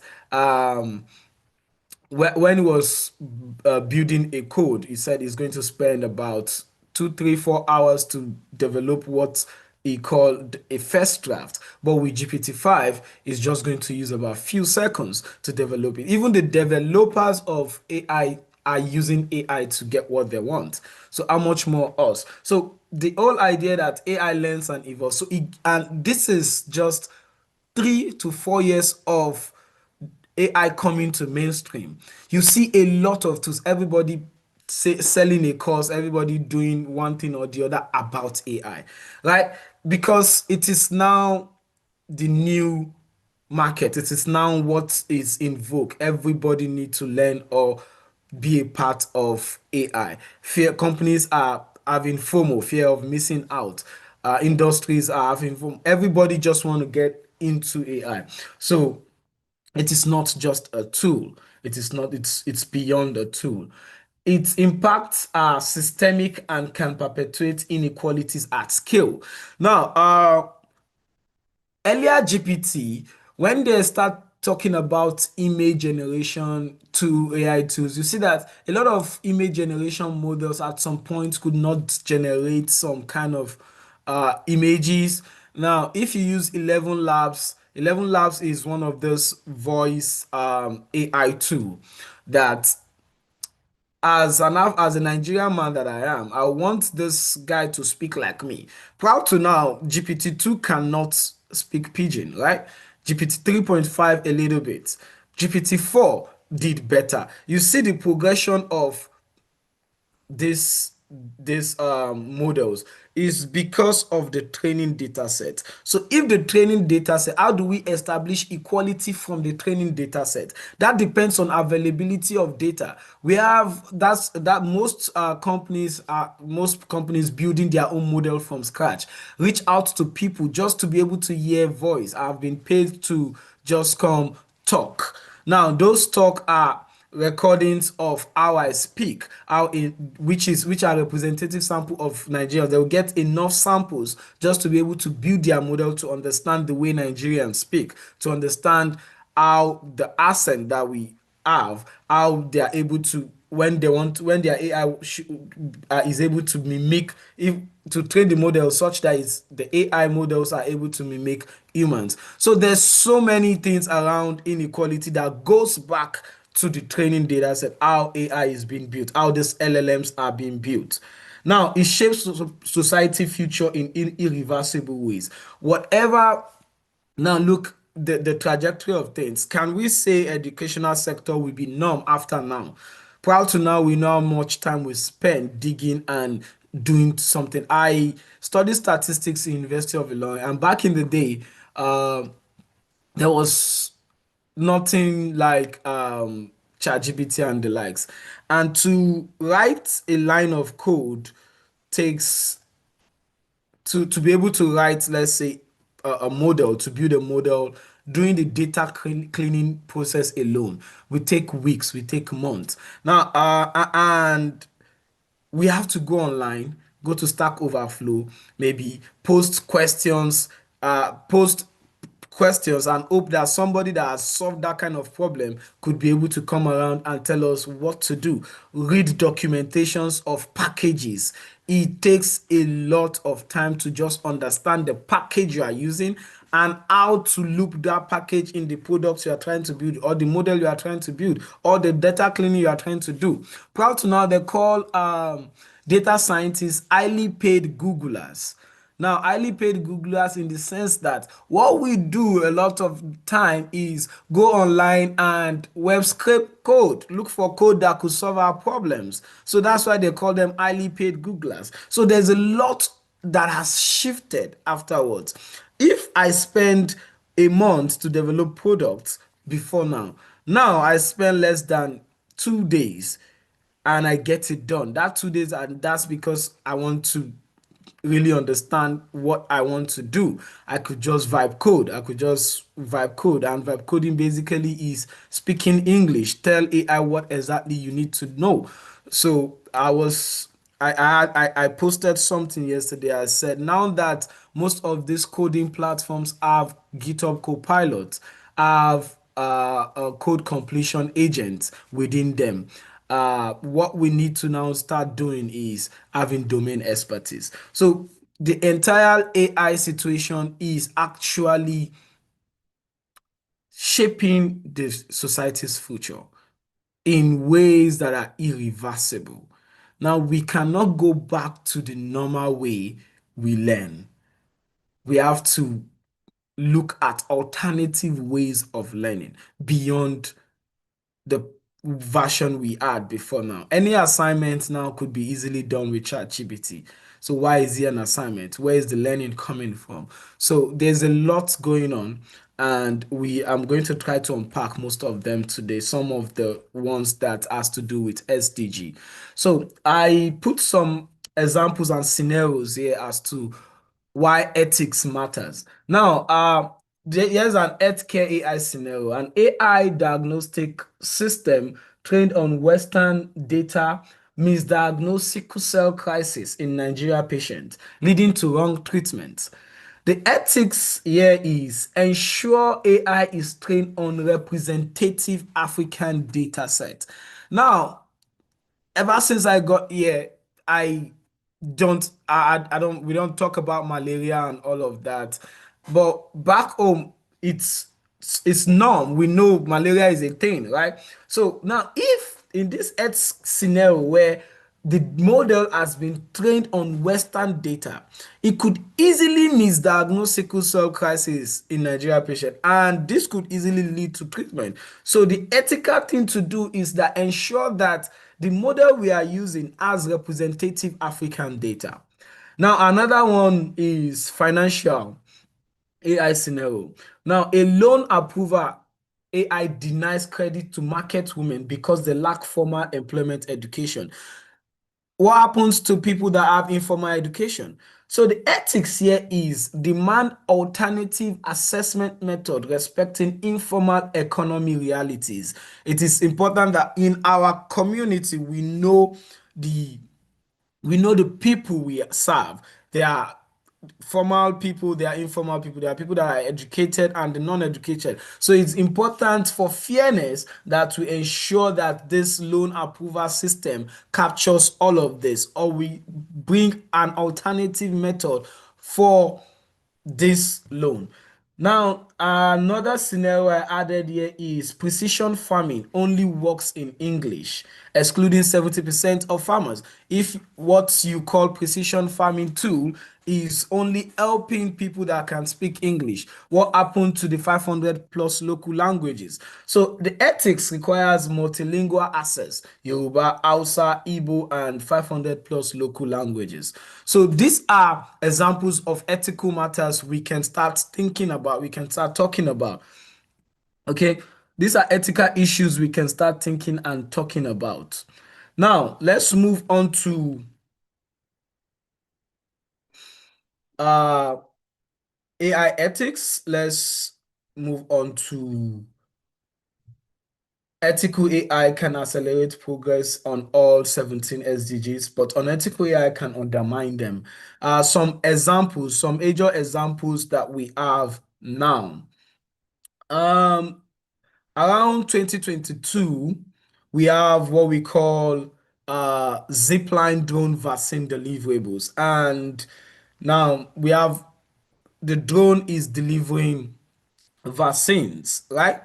And that's what it does. Now this picture is just depicting that it started in Kaduna in 2022, and now it has moved to 5 different states according to one news in 2025. But this picture depicts when he went to Bayelsa, when he went to Cross River and the likes. So the stocks out reduced. It has this. These are the progress so far. 1.6 million vaccines doses delivered in 2024. Wastage decreased. Delivery time, days in minutes. So things that takes days, now we can do it in minutes. Kaduna up setbacks since 2023. So there are so many. If you read about, just go on Google, read about zipline drone vaccine delivery. This is one major project that we could tilt towards the third SDG goal. If you look into that, you see that reducing stock out and improving vaccine access to remote areas, reducing wastage and preserving vaccine integrity through improved cold chains logistic, faster response in emergencies, and expanded the use of area logistics. So this is helping and saving a lot of maternal issues. Now, another project was done in Edo State where they tried to see, what they tried to do in this project is, can we address learning gap? Can we have AI tutors? Can we, you know how when we are being taught in class is different from when our friend is teaching us. Now, even though our friend was in that class, right? He teach us based on his own understanding. Now, imagine you have an AI tool that can actually be your tutor. Now, a lot of us, what I do with ChatGPT now is learn. I was tasked to do a project recently and I have zero idea. But, you know, as Nigeria, I got it. I would just say, okay, I got it. And the first thing I did was I went online, I went to ChatGPT. Can you explain these entire topics for me? And I tried to use, because I make use of ChatGPT very well, I try to use the most advanced models, deep research. Now, when you are using deep research, it goes inside, it goes deep down into citing things from the internet that you might not in your 10 years of search get to, right? So deep research goes into and pull information and resources. So I stayed there. I did more like a literature review of everything I want to do. I sat down and I read that. Now, when I went to the next meeting and started speaking, they're like, wow, you just literally said you don't know anything about this. But I learned through, and it was fast-paced because I learned with ChatGPT, I learned with Claude, I learned there's so many different tools that we could use. So what they did in this project is they have the treatment and the control. The treatment were giving access to ChatGPT as their tutor, while the control is just the regular teaching, right? The control, yeah, the paid version is, I use the paid version. DeepSeek, you can only have access to the paid version, to most of these tools in the paid version. And there's limitation. GPT-5 is actually free though, but it's limited. So What they did is they have the treatment and the control, and the treatments were given access to learn ChatGPT, to learn using ChatGPT as their tutor. After the instructor teaches them, then they just continue asking questions. Then the regular training is the traditional way of learning that we know. And you'll be shocked that if I add the link here, I'm going to share this slide with the organizer Oluwatoyin, so she could share with people if you need that. Now you see, if you go to this link, you see that the learning gap, the sources here is 2-year learning acceleration in 6 weeks. Now, what naturally would take 2 years to achieve was achieved in 6 weeks. And this is done in Edo. You can read the paper for more understanding of what was done there, right? So this is doable. Now, the future of farming. That's another project that was done based on that fits SDG. Now, globally, AI in agriculture is projected to grow substantially at a compound annual growth rate of 23% between 2023 and 2028, increasing from 1.7 billion to 4.7 billion over that period. Now, if you check all of this, they are all available. That's why I put a snapshot of most of this information so you can go online and also peruse and see what is going on. Now, let's talk about the ethics of most of this project, because the importance is establishing ethics. The importance is establishing ethics. Now, the first one, talking about zipline drones, is saving 51% reduction in maternal mortality over time. Now, because these drones help in delivering, so it saves the time it will take for these things to get delivered. It saves those time. So you want to look at the ethical consideration. Did the patient consent for drone delivery? Is this data privacy for, do we have data protection, data privacy for medical records? Is it do we have equitable access? Can this thing, I grew up in Kano, I lived in Kano. Can this thing get to Wudil in Kano? Can it get to Dogoa in Kano? Can it get to rural areas where naturally, even Kano, they go there? I don't know if you get. So we have to think about equitable access to rural and urban divide. So these are ethical considerations. These are things we should think about when we start thinking about ethics of zipline. Now, this is another zero hunger. Now, this Elo tractor, I think started around founded in 2014 in Kenya, and is still active since, is active in Kenya in 2019, but it was founded in 2014. Elo Tractor's mission is to connect tractor owners with farmers through Internet of Things, digital solutions that matches supply and demand of tractor services. That's kind of what they do. Now, what are the ethical considerations? Pricing. How much can small farmers actually, get access to this thing based on price? Is this not for the high and mighty, right? Well, we have to consider that. Look at the local language accessibility. Are we able to communicate? The local farmers, are they able to communicate with the tractor, the people that owns this tractor? Protection of indigenous farmers' knowledge. Are we just, what will happen to people that has invested life and time learning this skill? Those are ethical considerations. Quality education. Now, talking about the AI tutoring that will happen in Edo that could accelerate learning by 2 years in just 6 weeks. Now, preventing AI dependency in students. Now, as much as we are using all of these tools, are we not going to end up being dependent? Can you stand on your own and make meaning of things that you think you know? Now, a lot of us write, if you are still in school, a lot of us write, proud to now, we write without AI. But now that there's AI, it's just, when it's better not to try to use AI. Because if you try to prompt AI to give you something, it's you just be mesmerized as to the output. You be like, you naturally cannot come up with, you can, but maybe not at that time, maybe not as beautiful as what the AI is going to dish out. So the best bet is not just to use it. Now, how do we prevent AI dependency? Is establishing domain expertise. It's actually knowing what you think you know, being able to speak about what you think you know.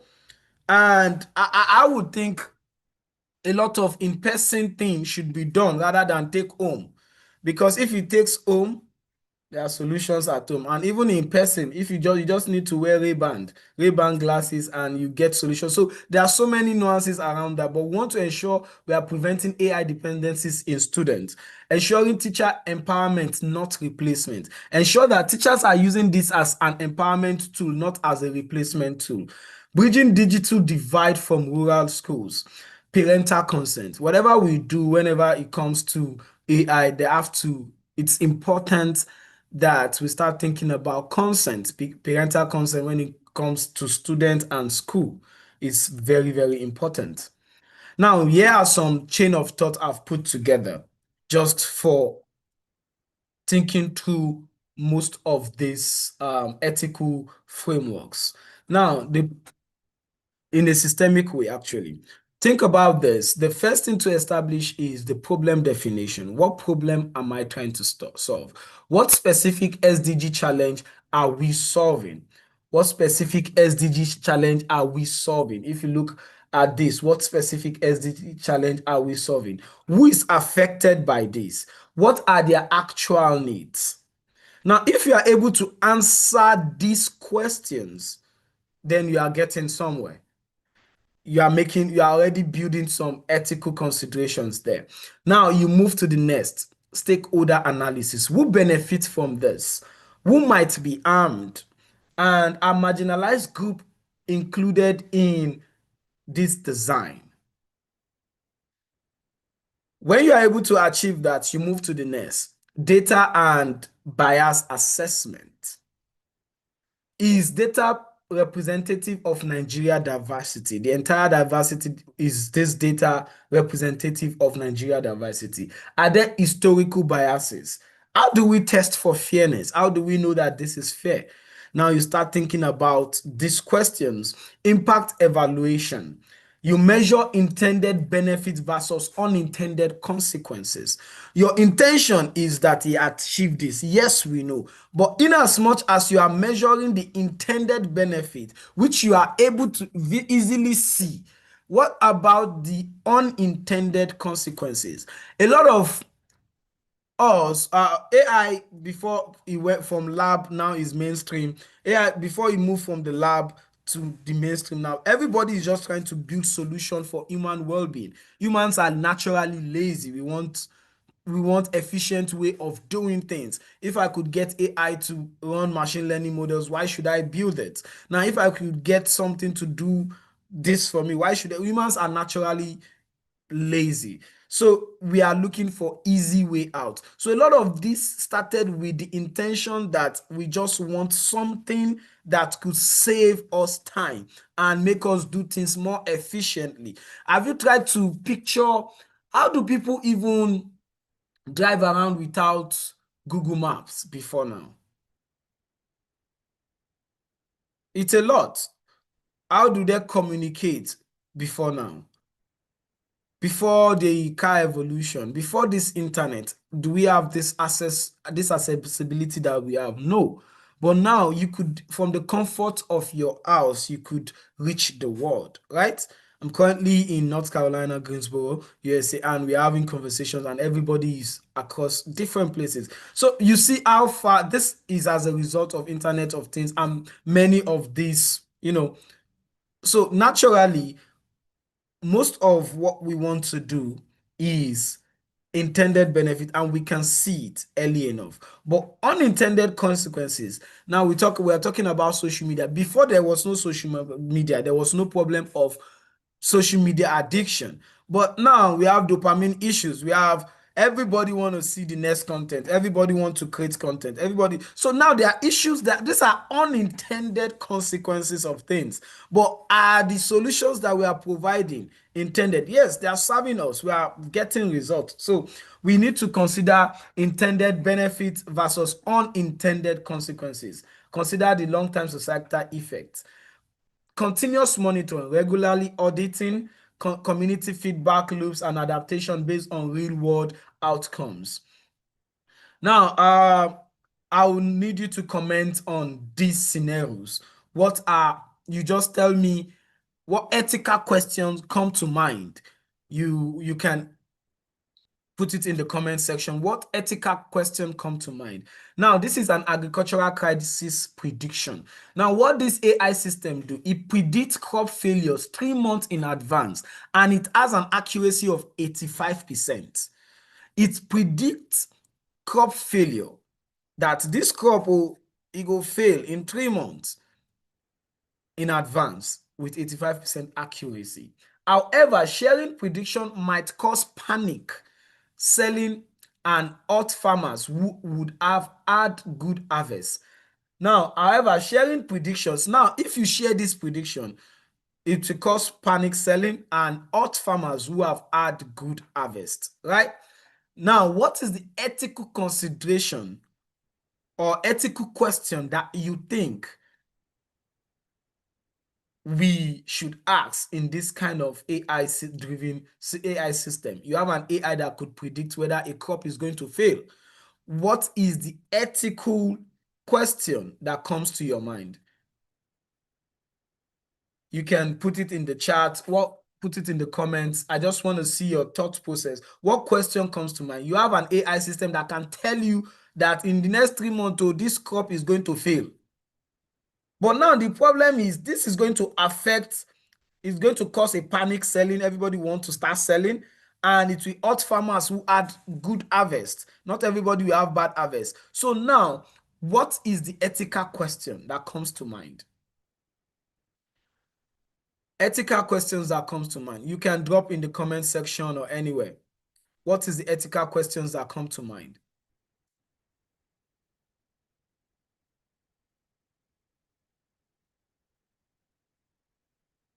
Okay, the question that comes to mind for me is, how do we balance transparency with preventing market manipulation?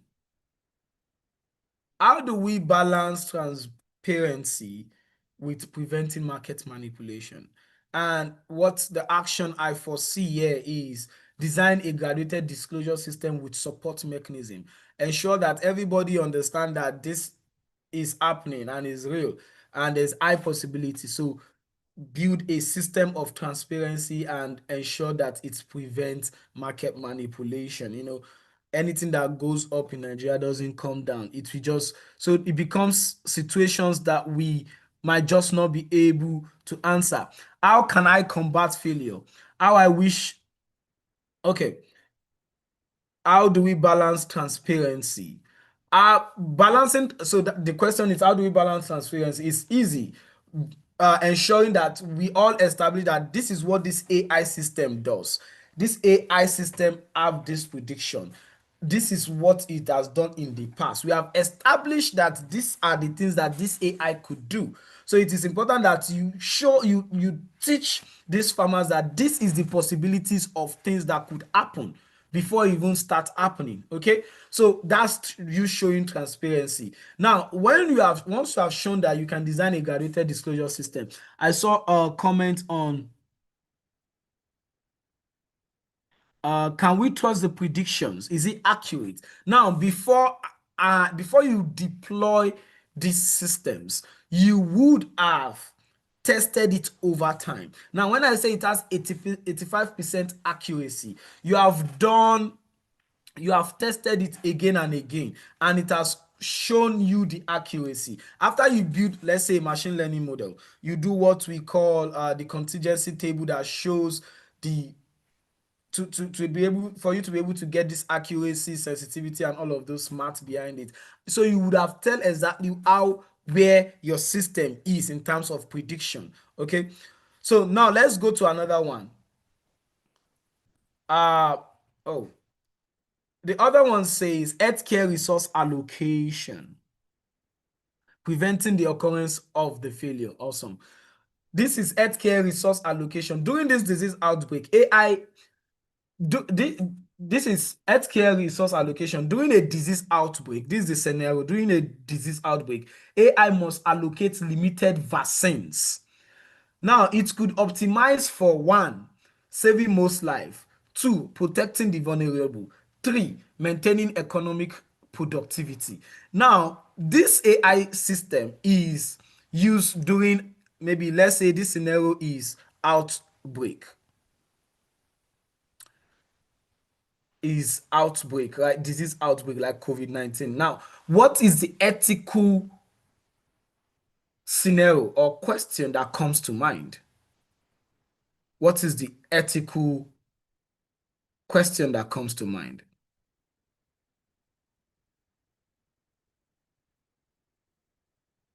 Now we're talking about predictions. I'm going to touch base on predictions shortly. Now, for this scenario, the ethical question is, whose value should the AI prioritize? Now, out of these, saving most life, protecting the vulnerable, maintaining economic productivity, you can't just come up with this solution. What values should AI prioritize? Create inclusive decision-making committee. Now, this is where humans comes in. There's no how this AI is taking anything. This is where humans come in. Now, you have to now tilt it to the situation you are trying to solve. What matters most? Is it saving lives, protecting the vulnerable, maintaining economic productivity? You have to create a community that looks into that and try to solve it. Now, thank you. Equity, justice, cultural sensitivity, and accountability, just like what these frameworks are saying. Now, the last scenario here is educational access versus quality. And AI tutoring systems works excellently well, but it requires smartphone. Should we deploy only where infrastructure exists or create simpler SMS-based version for all? What is the ethical question that comes to mind? Now, nice response in the chat. The person says, which of the values are more important? How does AI factor possible climate change in its prediction? Again, I'll talk about prediction. So for this scenario, what comes to mind? The ethical question that comes to my head is imperfect access better than perfect inequality? Then we try to develop an hybrid solution for different contexts. Now, let me touch base on prediction before I move on. Now, provided we have data sets, provided we have data that AI can recognize patterns, we can make prediction. Humans' behaviors has been tested, can be predicted. Now, if you have, do you know how even your family members can predict what you are going to do? Because they have lived with you over time. Now, the same way, provided we have data, we have information. How do we tell that rain is going to fall tomorrow?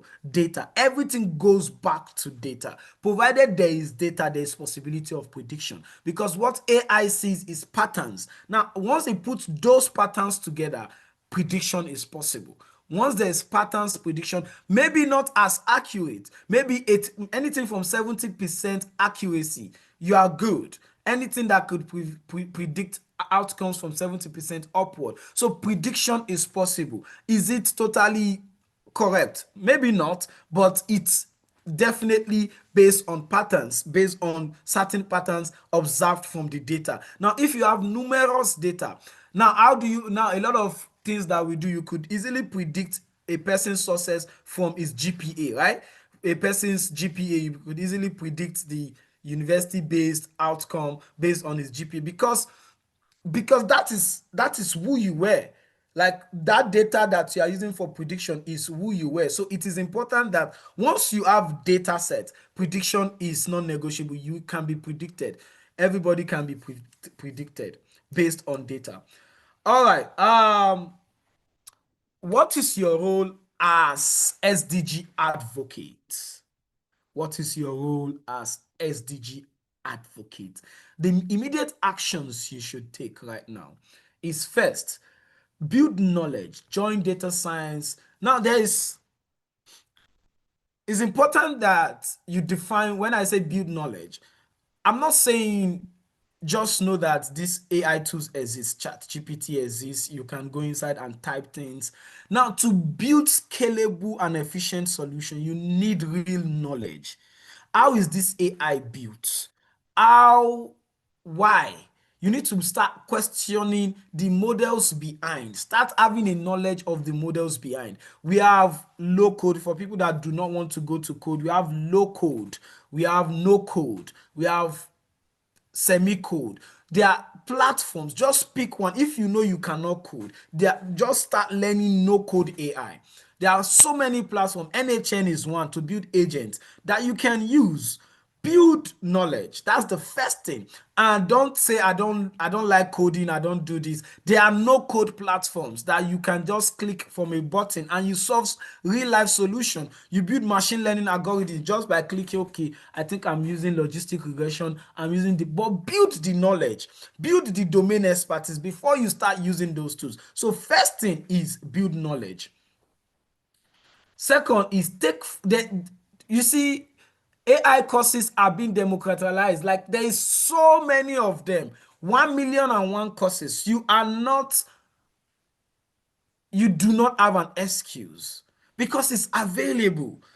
Google has tons of free courses. Microsoft have tons of free courses. If you join Data Science Nigeria, they do a lot of webinars.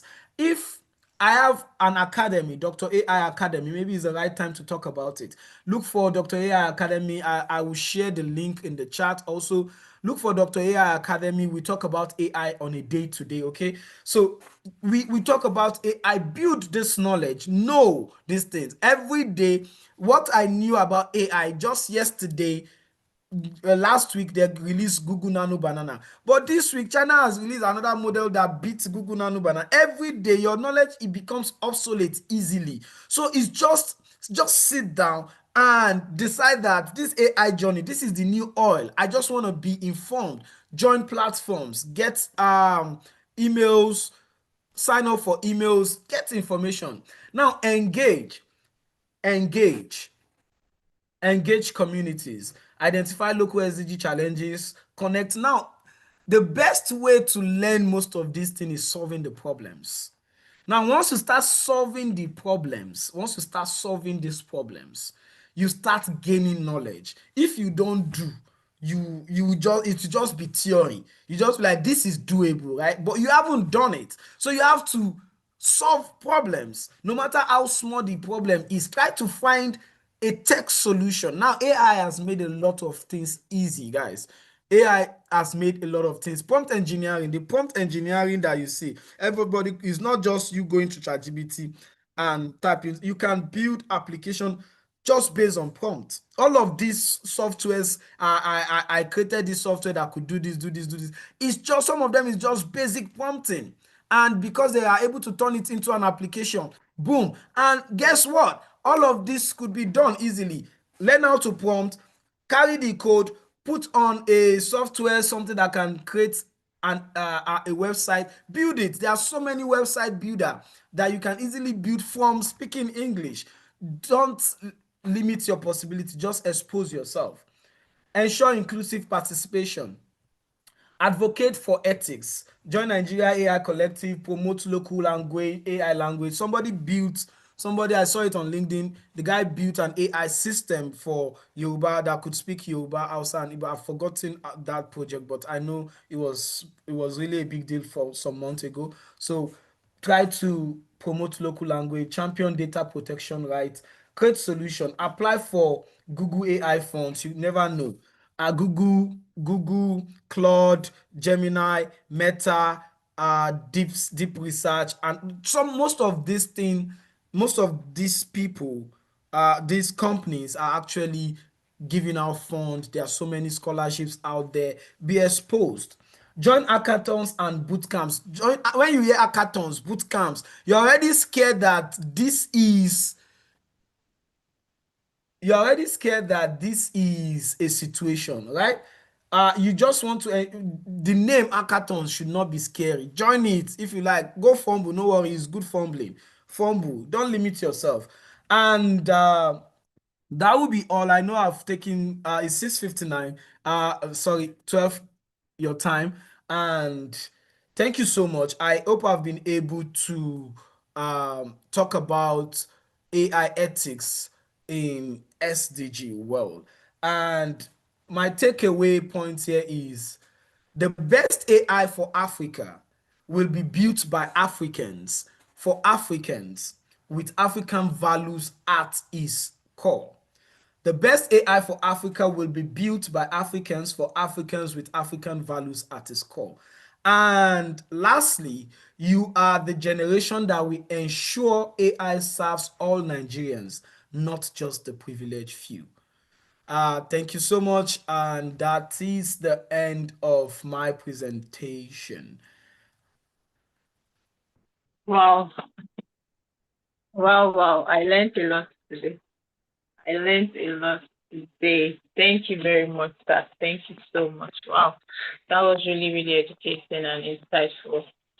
Like no code, low code, like understanding the different aspects of models. You know, sometimes when we think of this AI code, it looks like, oh, I don't think I can do this. It's all big things, codes, and and it's like this lesson has already brought a new perspective to that even as a non-coder, yeah, there are ways you can also get involved. And explicitly also stating our role as SDG advocates and understanding how you can get involved in a very detailed way. This is really, really brilliant. Thank you so much, sir, for the impactful section. Yes, the comments are coming in already.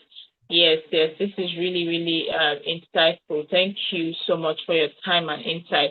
So because we are running out of time, I'll just try and take one or two questions if there are, because I think this section was superb. It was superb and it was really, really detailed and informative. So please, if you have any question, please kindly drop it so I can read it out and it can be addressed. If you have any questions from our participants, if there's anything you need clarity on. Someone, Vincent asked that, how can we improve above negative prediction? How can we improve above negative prediction? Let me see if I have another question here. So that when it comes to prediction, you go back to your data set. The more the data, the better the prediction. The more the data, the better. The more the data, the better the prediction. The more good data you have. When I said good data, because there could be bad data that could affect, that could skew your prediction. So the more the data, the better the outcome. But the better the good the data, the better the outcome. So everything goes back to data sets when it comes to prediction. Interesting.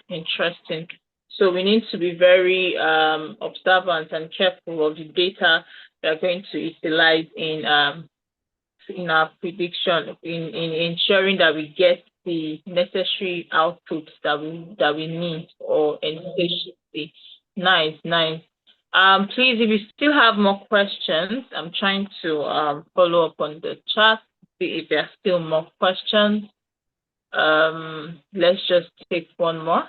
Yes, Chidera, the more the data, the better the prediction. Okay, there's an interesting one here. Gideon is asking that, are there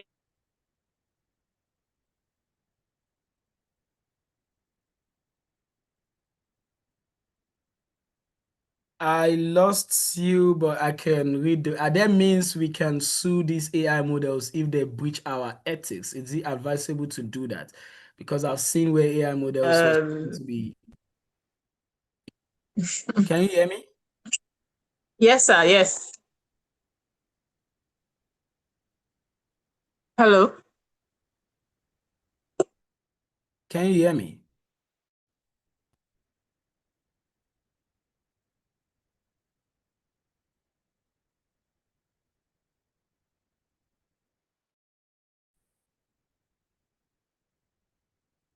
Hello? Hello, yes. Sorry. Did you get the question initially? Can you? Yeah, I think I got it. Yeah. So, well, by the way, Claude just came out of court. Claude by Anthropic, that they were using proprietary data set. Can you hear me? Yes, please. Yes. Toyin? Yes, I can. I can don't hear know. you. Yes, yes. I think the network might be. So Claude has been sued. OpenAI is still in court. Most of these companies are sued for using internet data to train the models. Now, before you even get to the point of trying to sue, now it depends on how you are using the model. Are you using an established foundational models, or you are building your own models from scratch, or you are building on top of this model? So before you talk about suing or these established models, because these established models are solutions,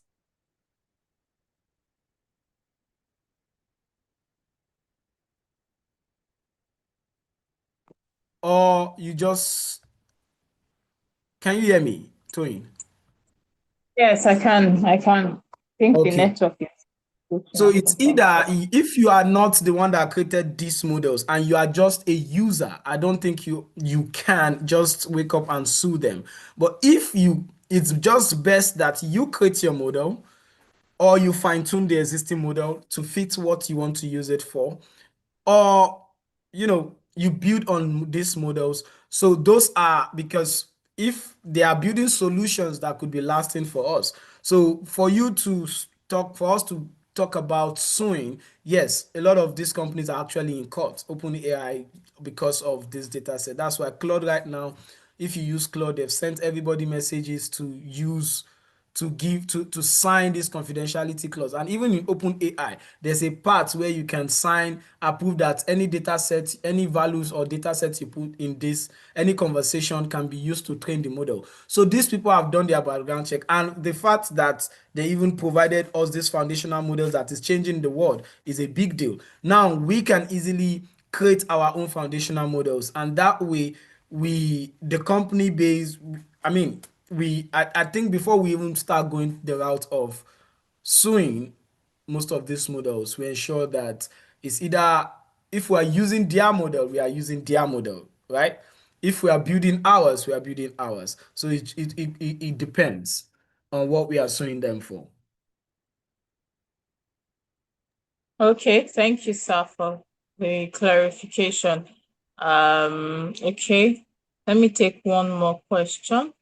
One Blessing is asking, how do we address the uncontrolled negative use of AI? And is there a future that connects AI and cyber security? How do we address uncontrolled negative use of AI? Uncontrolled negative use of AI. Now, if you use, so yeah, that's a little bit difficult, because people use things.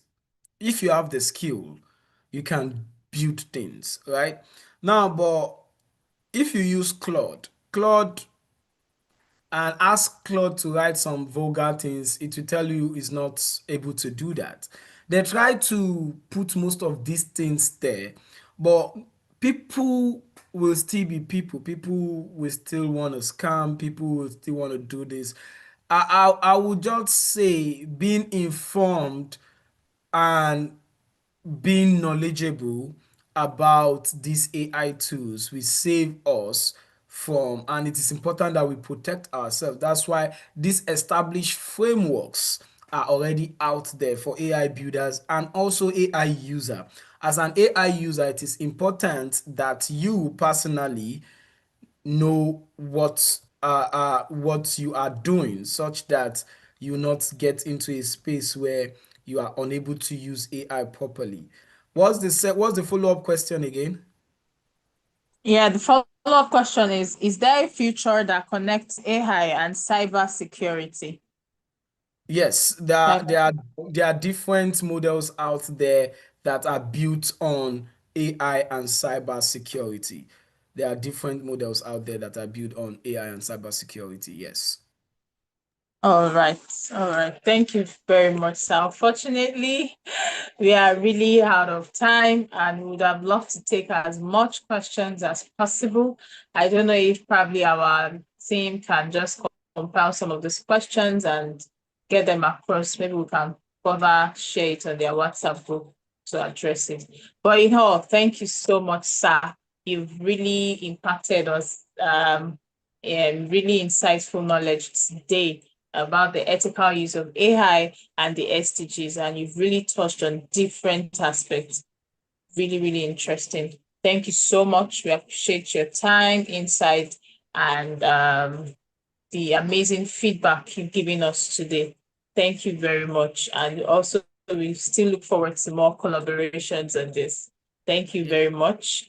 Yes, we appreciate your time. Thank you. Thank you for having me. Yeah, you're welcome. All right.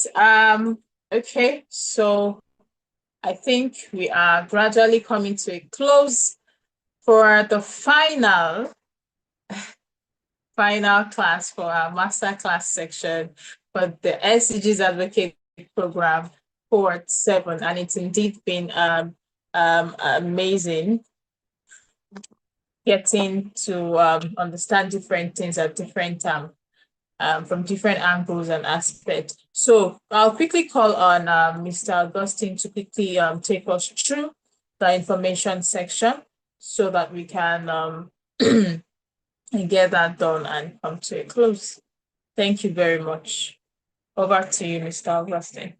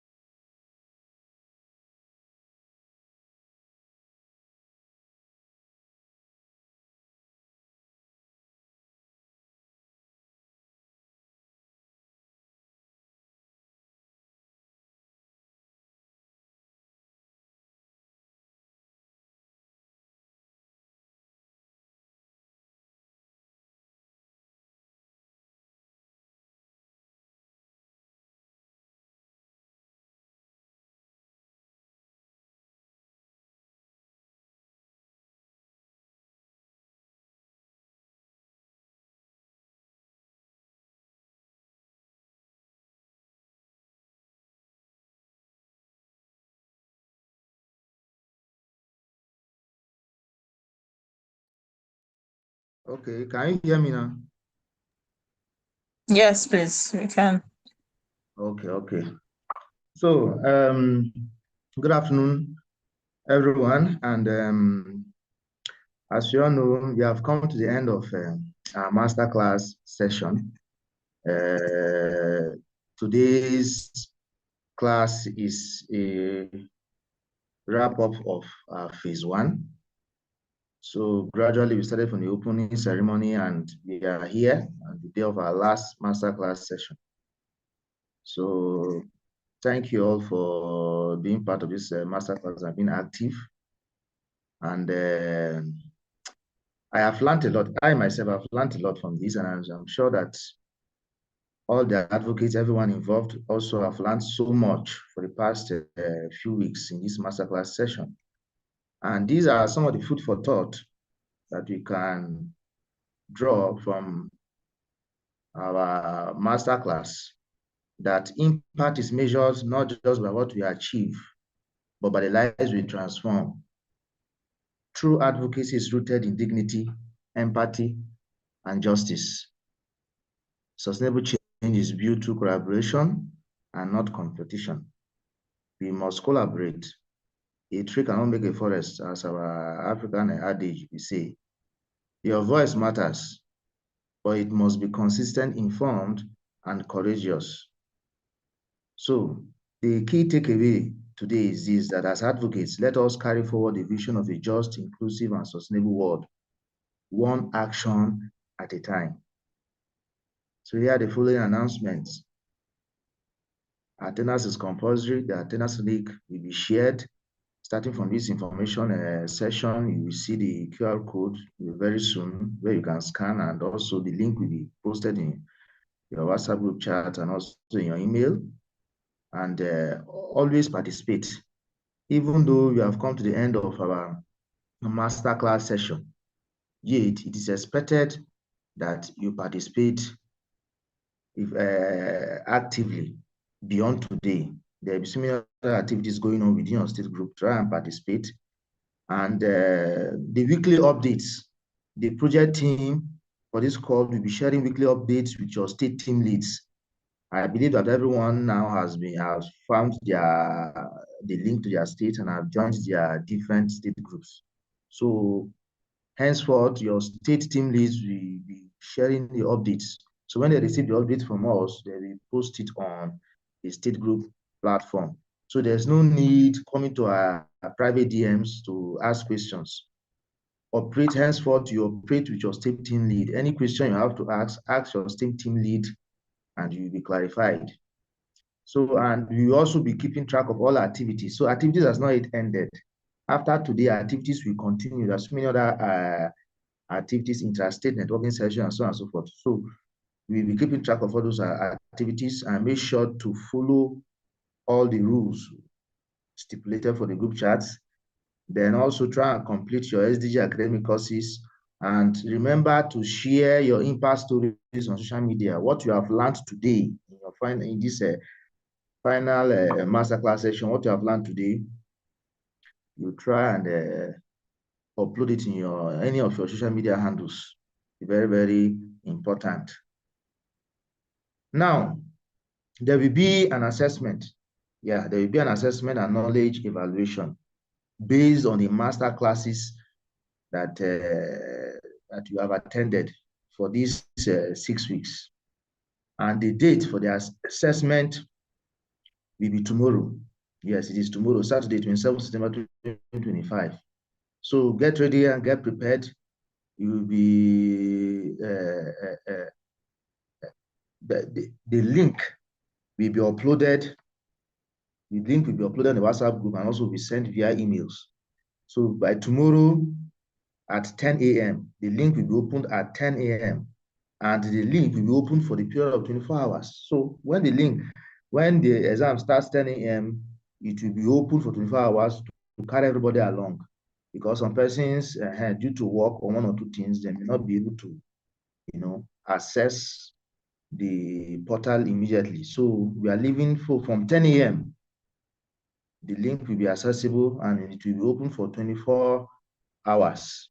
So ensure to participate in the assessment. Very, very important. And all the questions are based on what you have been taught for these weeks in the masterclass session. Then also, as you are preparing for the assessment tomorrow, you ensure that you have or you stay where there's a stable internet connection, and make sure you have sufficient data to avoid disruptions. Take note of these requirements. Be in a stable internet, stay in an area that has a stable internet connection, and make sure you have sufficient data, because there will be no makeup assessment. There will be no makeup assessment after the portal closes. And make sure you submit your responses. Submit as you assess immediately. Make sure you submit your assessment within the given time frame that will be displayed on the assessment page. All the best as you prepare. So tomorrow, starting from 10 a.m. till 10 a.m. on Sunday, the portal for the assessment will be open. So take note. Then also, now that every advocate has been, every advocate have joined their different state WhatsApp groups, there will be intrastate activities going on. First of all, we have the intrastate networking session. which is expected to hold every first and third Saturday of the month. So make sure you participate. And also there'll be intrastate book review. So there are books that they're expected to read every month. So every state group will be doing a book review for the month, for that month, as in for the book for that month. You'll be doing state review on the book for that month. And the intrastate book review holds every last Saturday of the month. Take note, every last Saturday of the month. And also it has come to our notice that some persons, instead of joining the Cohort 7 state WhatsApp group, out of some error, joined another WhatsApp group known as the SDGs, State SDGs Changemakers group. You are not to join any SDG Changemakers group. You are to join. All Cohort 7 advocates must join their state WhatsApp group only. So if you are joining, you should be able to look at the heading, the caption of that group, group. Most of all the state groups for the present Cohort 7 carries this caption here. You can see Benue State. You can see Benue with a single inverted comma, then 25. That is 2025 SDGs Advocates. As other examples are Abuja, 25 SDG Advocates. So all these. So make sure you watch out for this caption here, the 25, the SDG Advocates. Any state group carrying this caption as it is circled in red ink, that is the particular state group we are supposed to join as a Cohort 7 advocate trainee. Do not join any state group that carries the caption SDG Changemakers. No. Anyone that carries SDGs Changemakers, don't join that one. That one is reserved for graduated cohorts. Take note. Stay connected and stay active. Then, talking about the Own a School project, as we have said before from previous masterclass session, each advocate is to engage a nearby school. It is an individual project to be carried out by each advocate. So each advocate is to engage a nearby school within 2 to 5 kilometers, from your residence or from your workplace. And I expect to introduce and teach the students and staff about the SDGs and the timeline to carry out this project, because the link has already been sent. The link where you can submit the name of the school that you want to carry out this project. The link has been shared for a very long time now, and it is closing today. I think it was supposed to close before today, but it was extended to today. So the link will be closing today. So please, if you have not filled in the name of the school you want to carry out this project, please get the link from your state team leads or check your email. The link is there. Click on it, access it, and fill in the name of the school that you want to carry out this Own a School project in. And the Own a School project, the actual project is supposed to be carried out within this time frame of 1st October to 20th of November. Yes, you have like almost 2 months to be able to carry out this Own a School project in this phase 2 that you are entering. Yes, from 1st October to 20th October to 20th November, from 1st of October to 20th of November 2025, you are supposed to have carried out this Own a School project phase and also submitted the report, because you'll be given a report to submit. So you first of all submit the name of the school that you want to carry it out, and that link is expiring today, so make sure you access it. Then from your Own a School project proposal to carrying out the actual project and submission of the report of how you executed the project, all these will take place within the time frame of 1st October to 20th of November 2025. Then another activity again is the virtual advocacy for SDGs. Virtual advocacy for SDGs. This tool is also an individual project that you are supposed to carry out. What is eventual advocacy? This has to do with leveraging digital platforms, social media, email, webinars, online campaigns to amplify your SDG message. So you can use Google Meet, you can use Zoom, or Facebook or any other social media channel where you will organize a topic related to the SDGs, and you invite people to join so that you can talk to them about a particular SDG topic. You talk to them, enlighten them, and so on and so forth. And you're expected to take screenshots and also to do video recording, because all those things will be important. You submit it as part of your report, and so on and so forth. So take note. As the time goes, your state team leads will keep updating you on this. And the timeline for this is 13th October to the 10th of November 2025. When you're supposed to carry out this virtual advocacy, it's from 13th October to 10th of November 2025. So please take note. Remember that every post or online action is a step towards achieving the 2030 agenda. Then also, again, on the community project, this is a collective project to be carried out by each state. So it's a state community project. And each state is expected to design and implement a mini SDG project in your community. It could be about sanitized, it could be about hygiene, environmental pollution, and the rest. You target a real challenge linked to the SDGs in a particular state, and you tackle it as a community, as a state community. You tackle it as a community project for that state. And you have to collaborate with your state team leads to be able to carry out this community project. Very, very important. And the timeline for the community project, that means covering from submission of community project proposal to carrying out the actual community project down to the report. The time frame for all is from the 1st of November to 20th of November 2025. So turn learning into lasting change. So take note of this, very, very important. So start working on it now.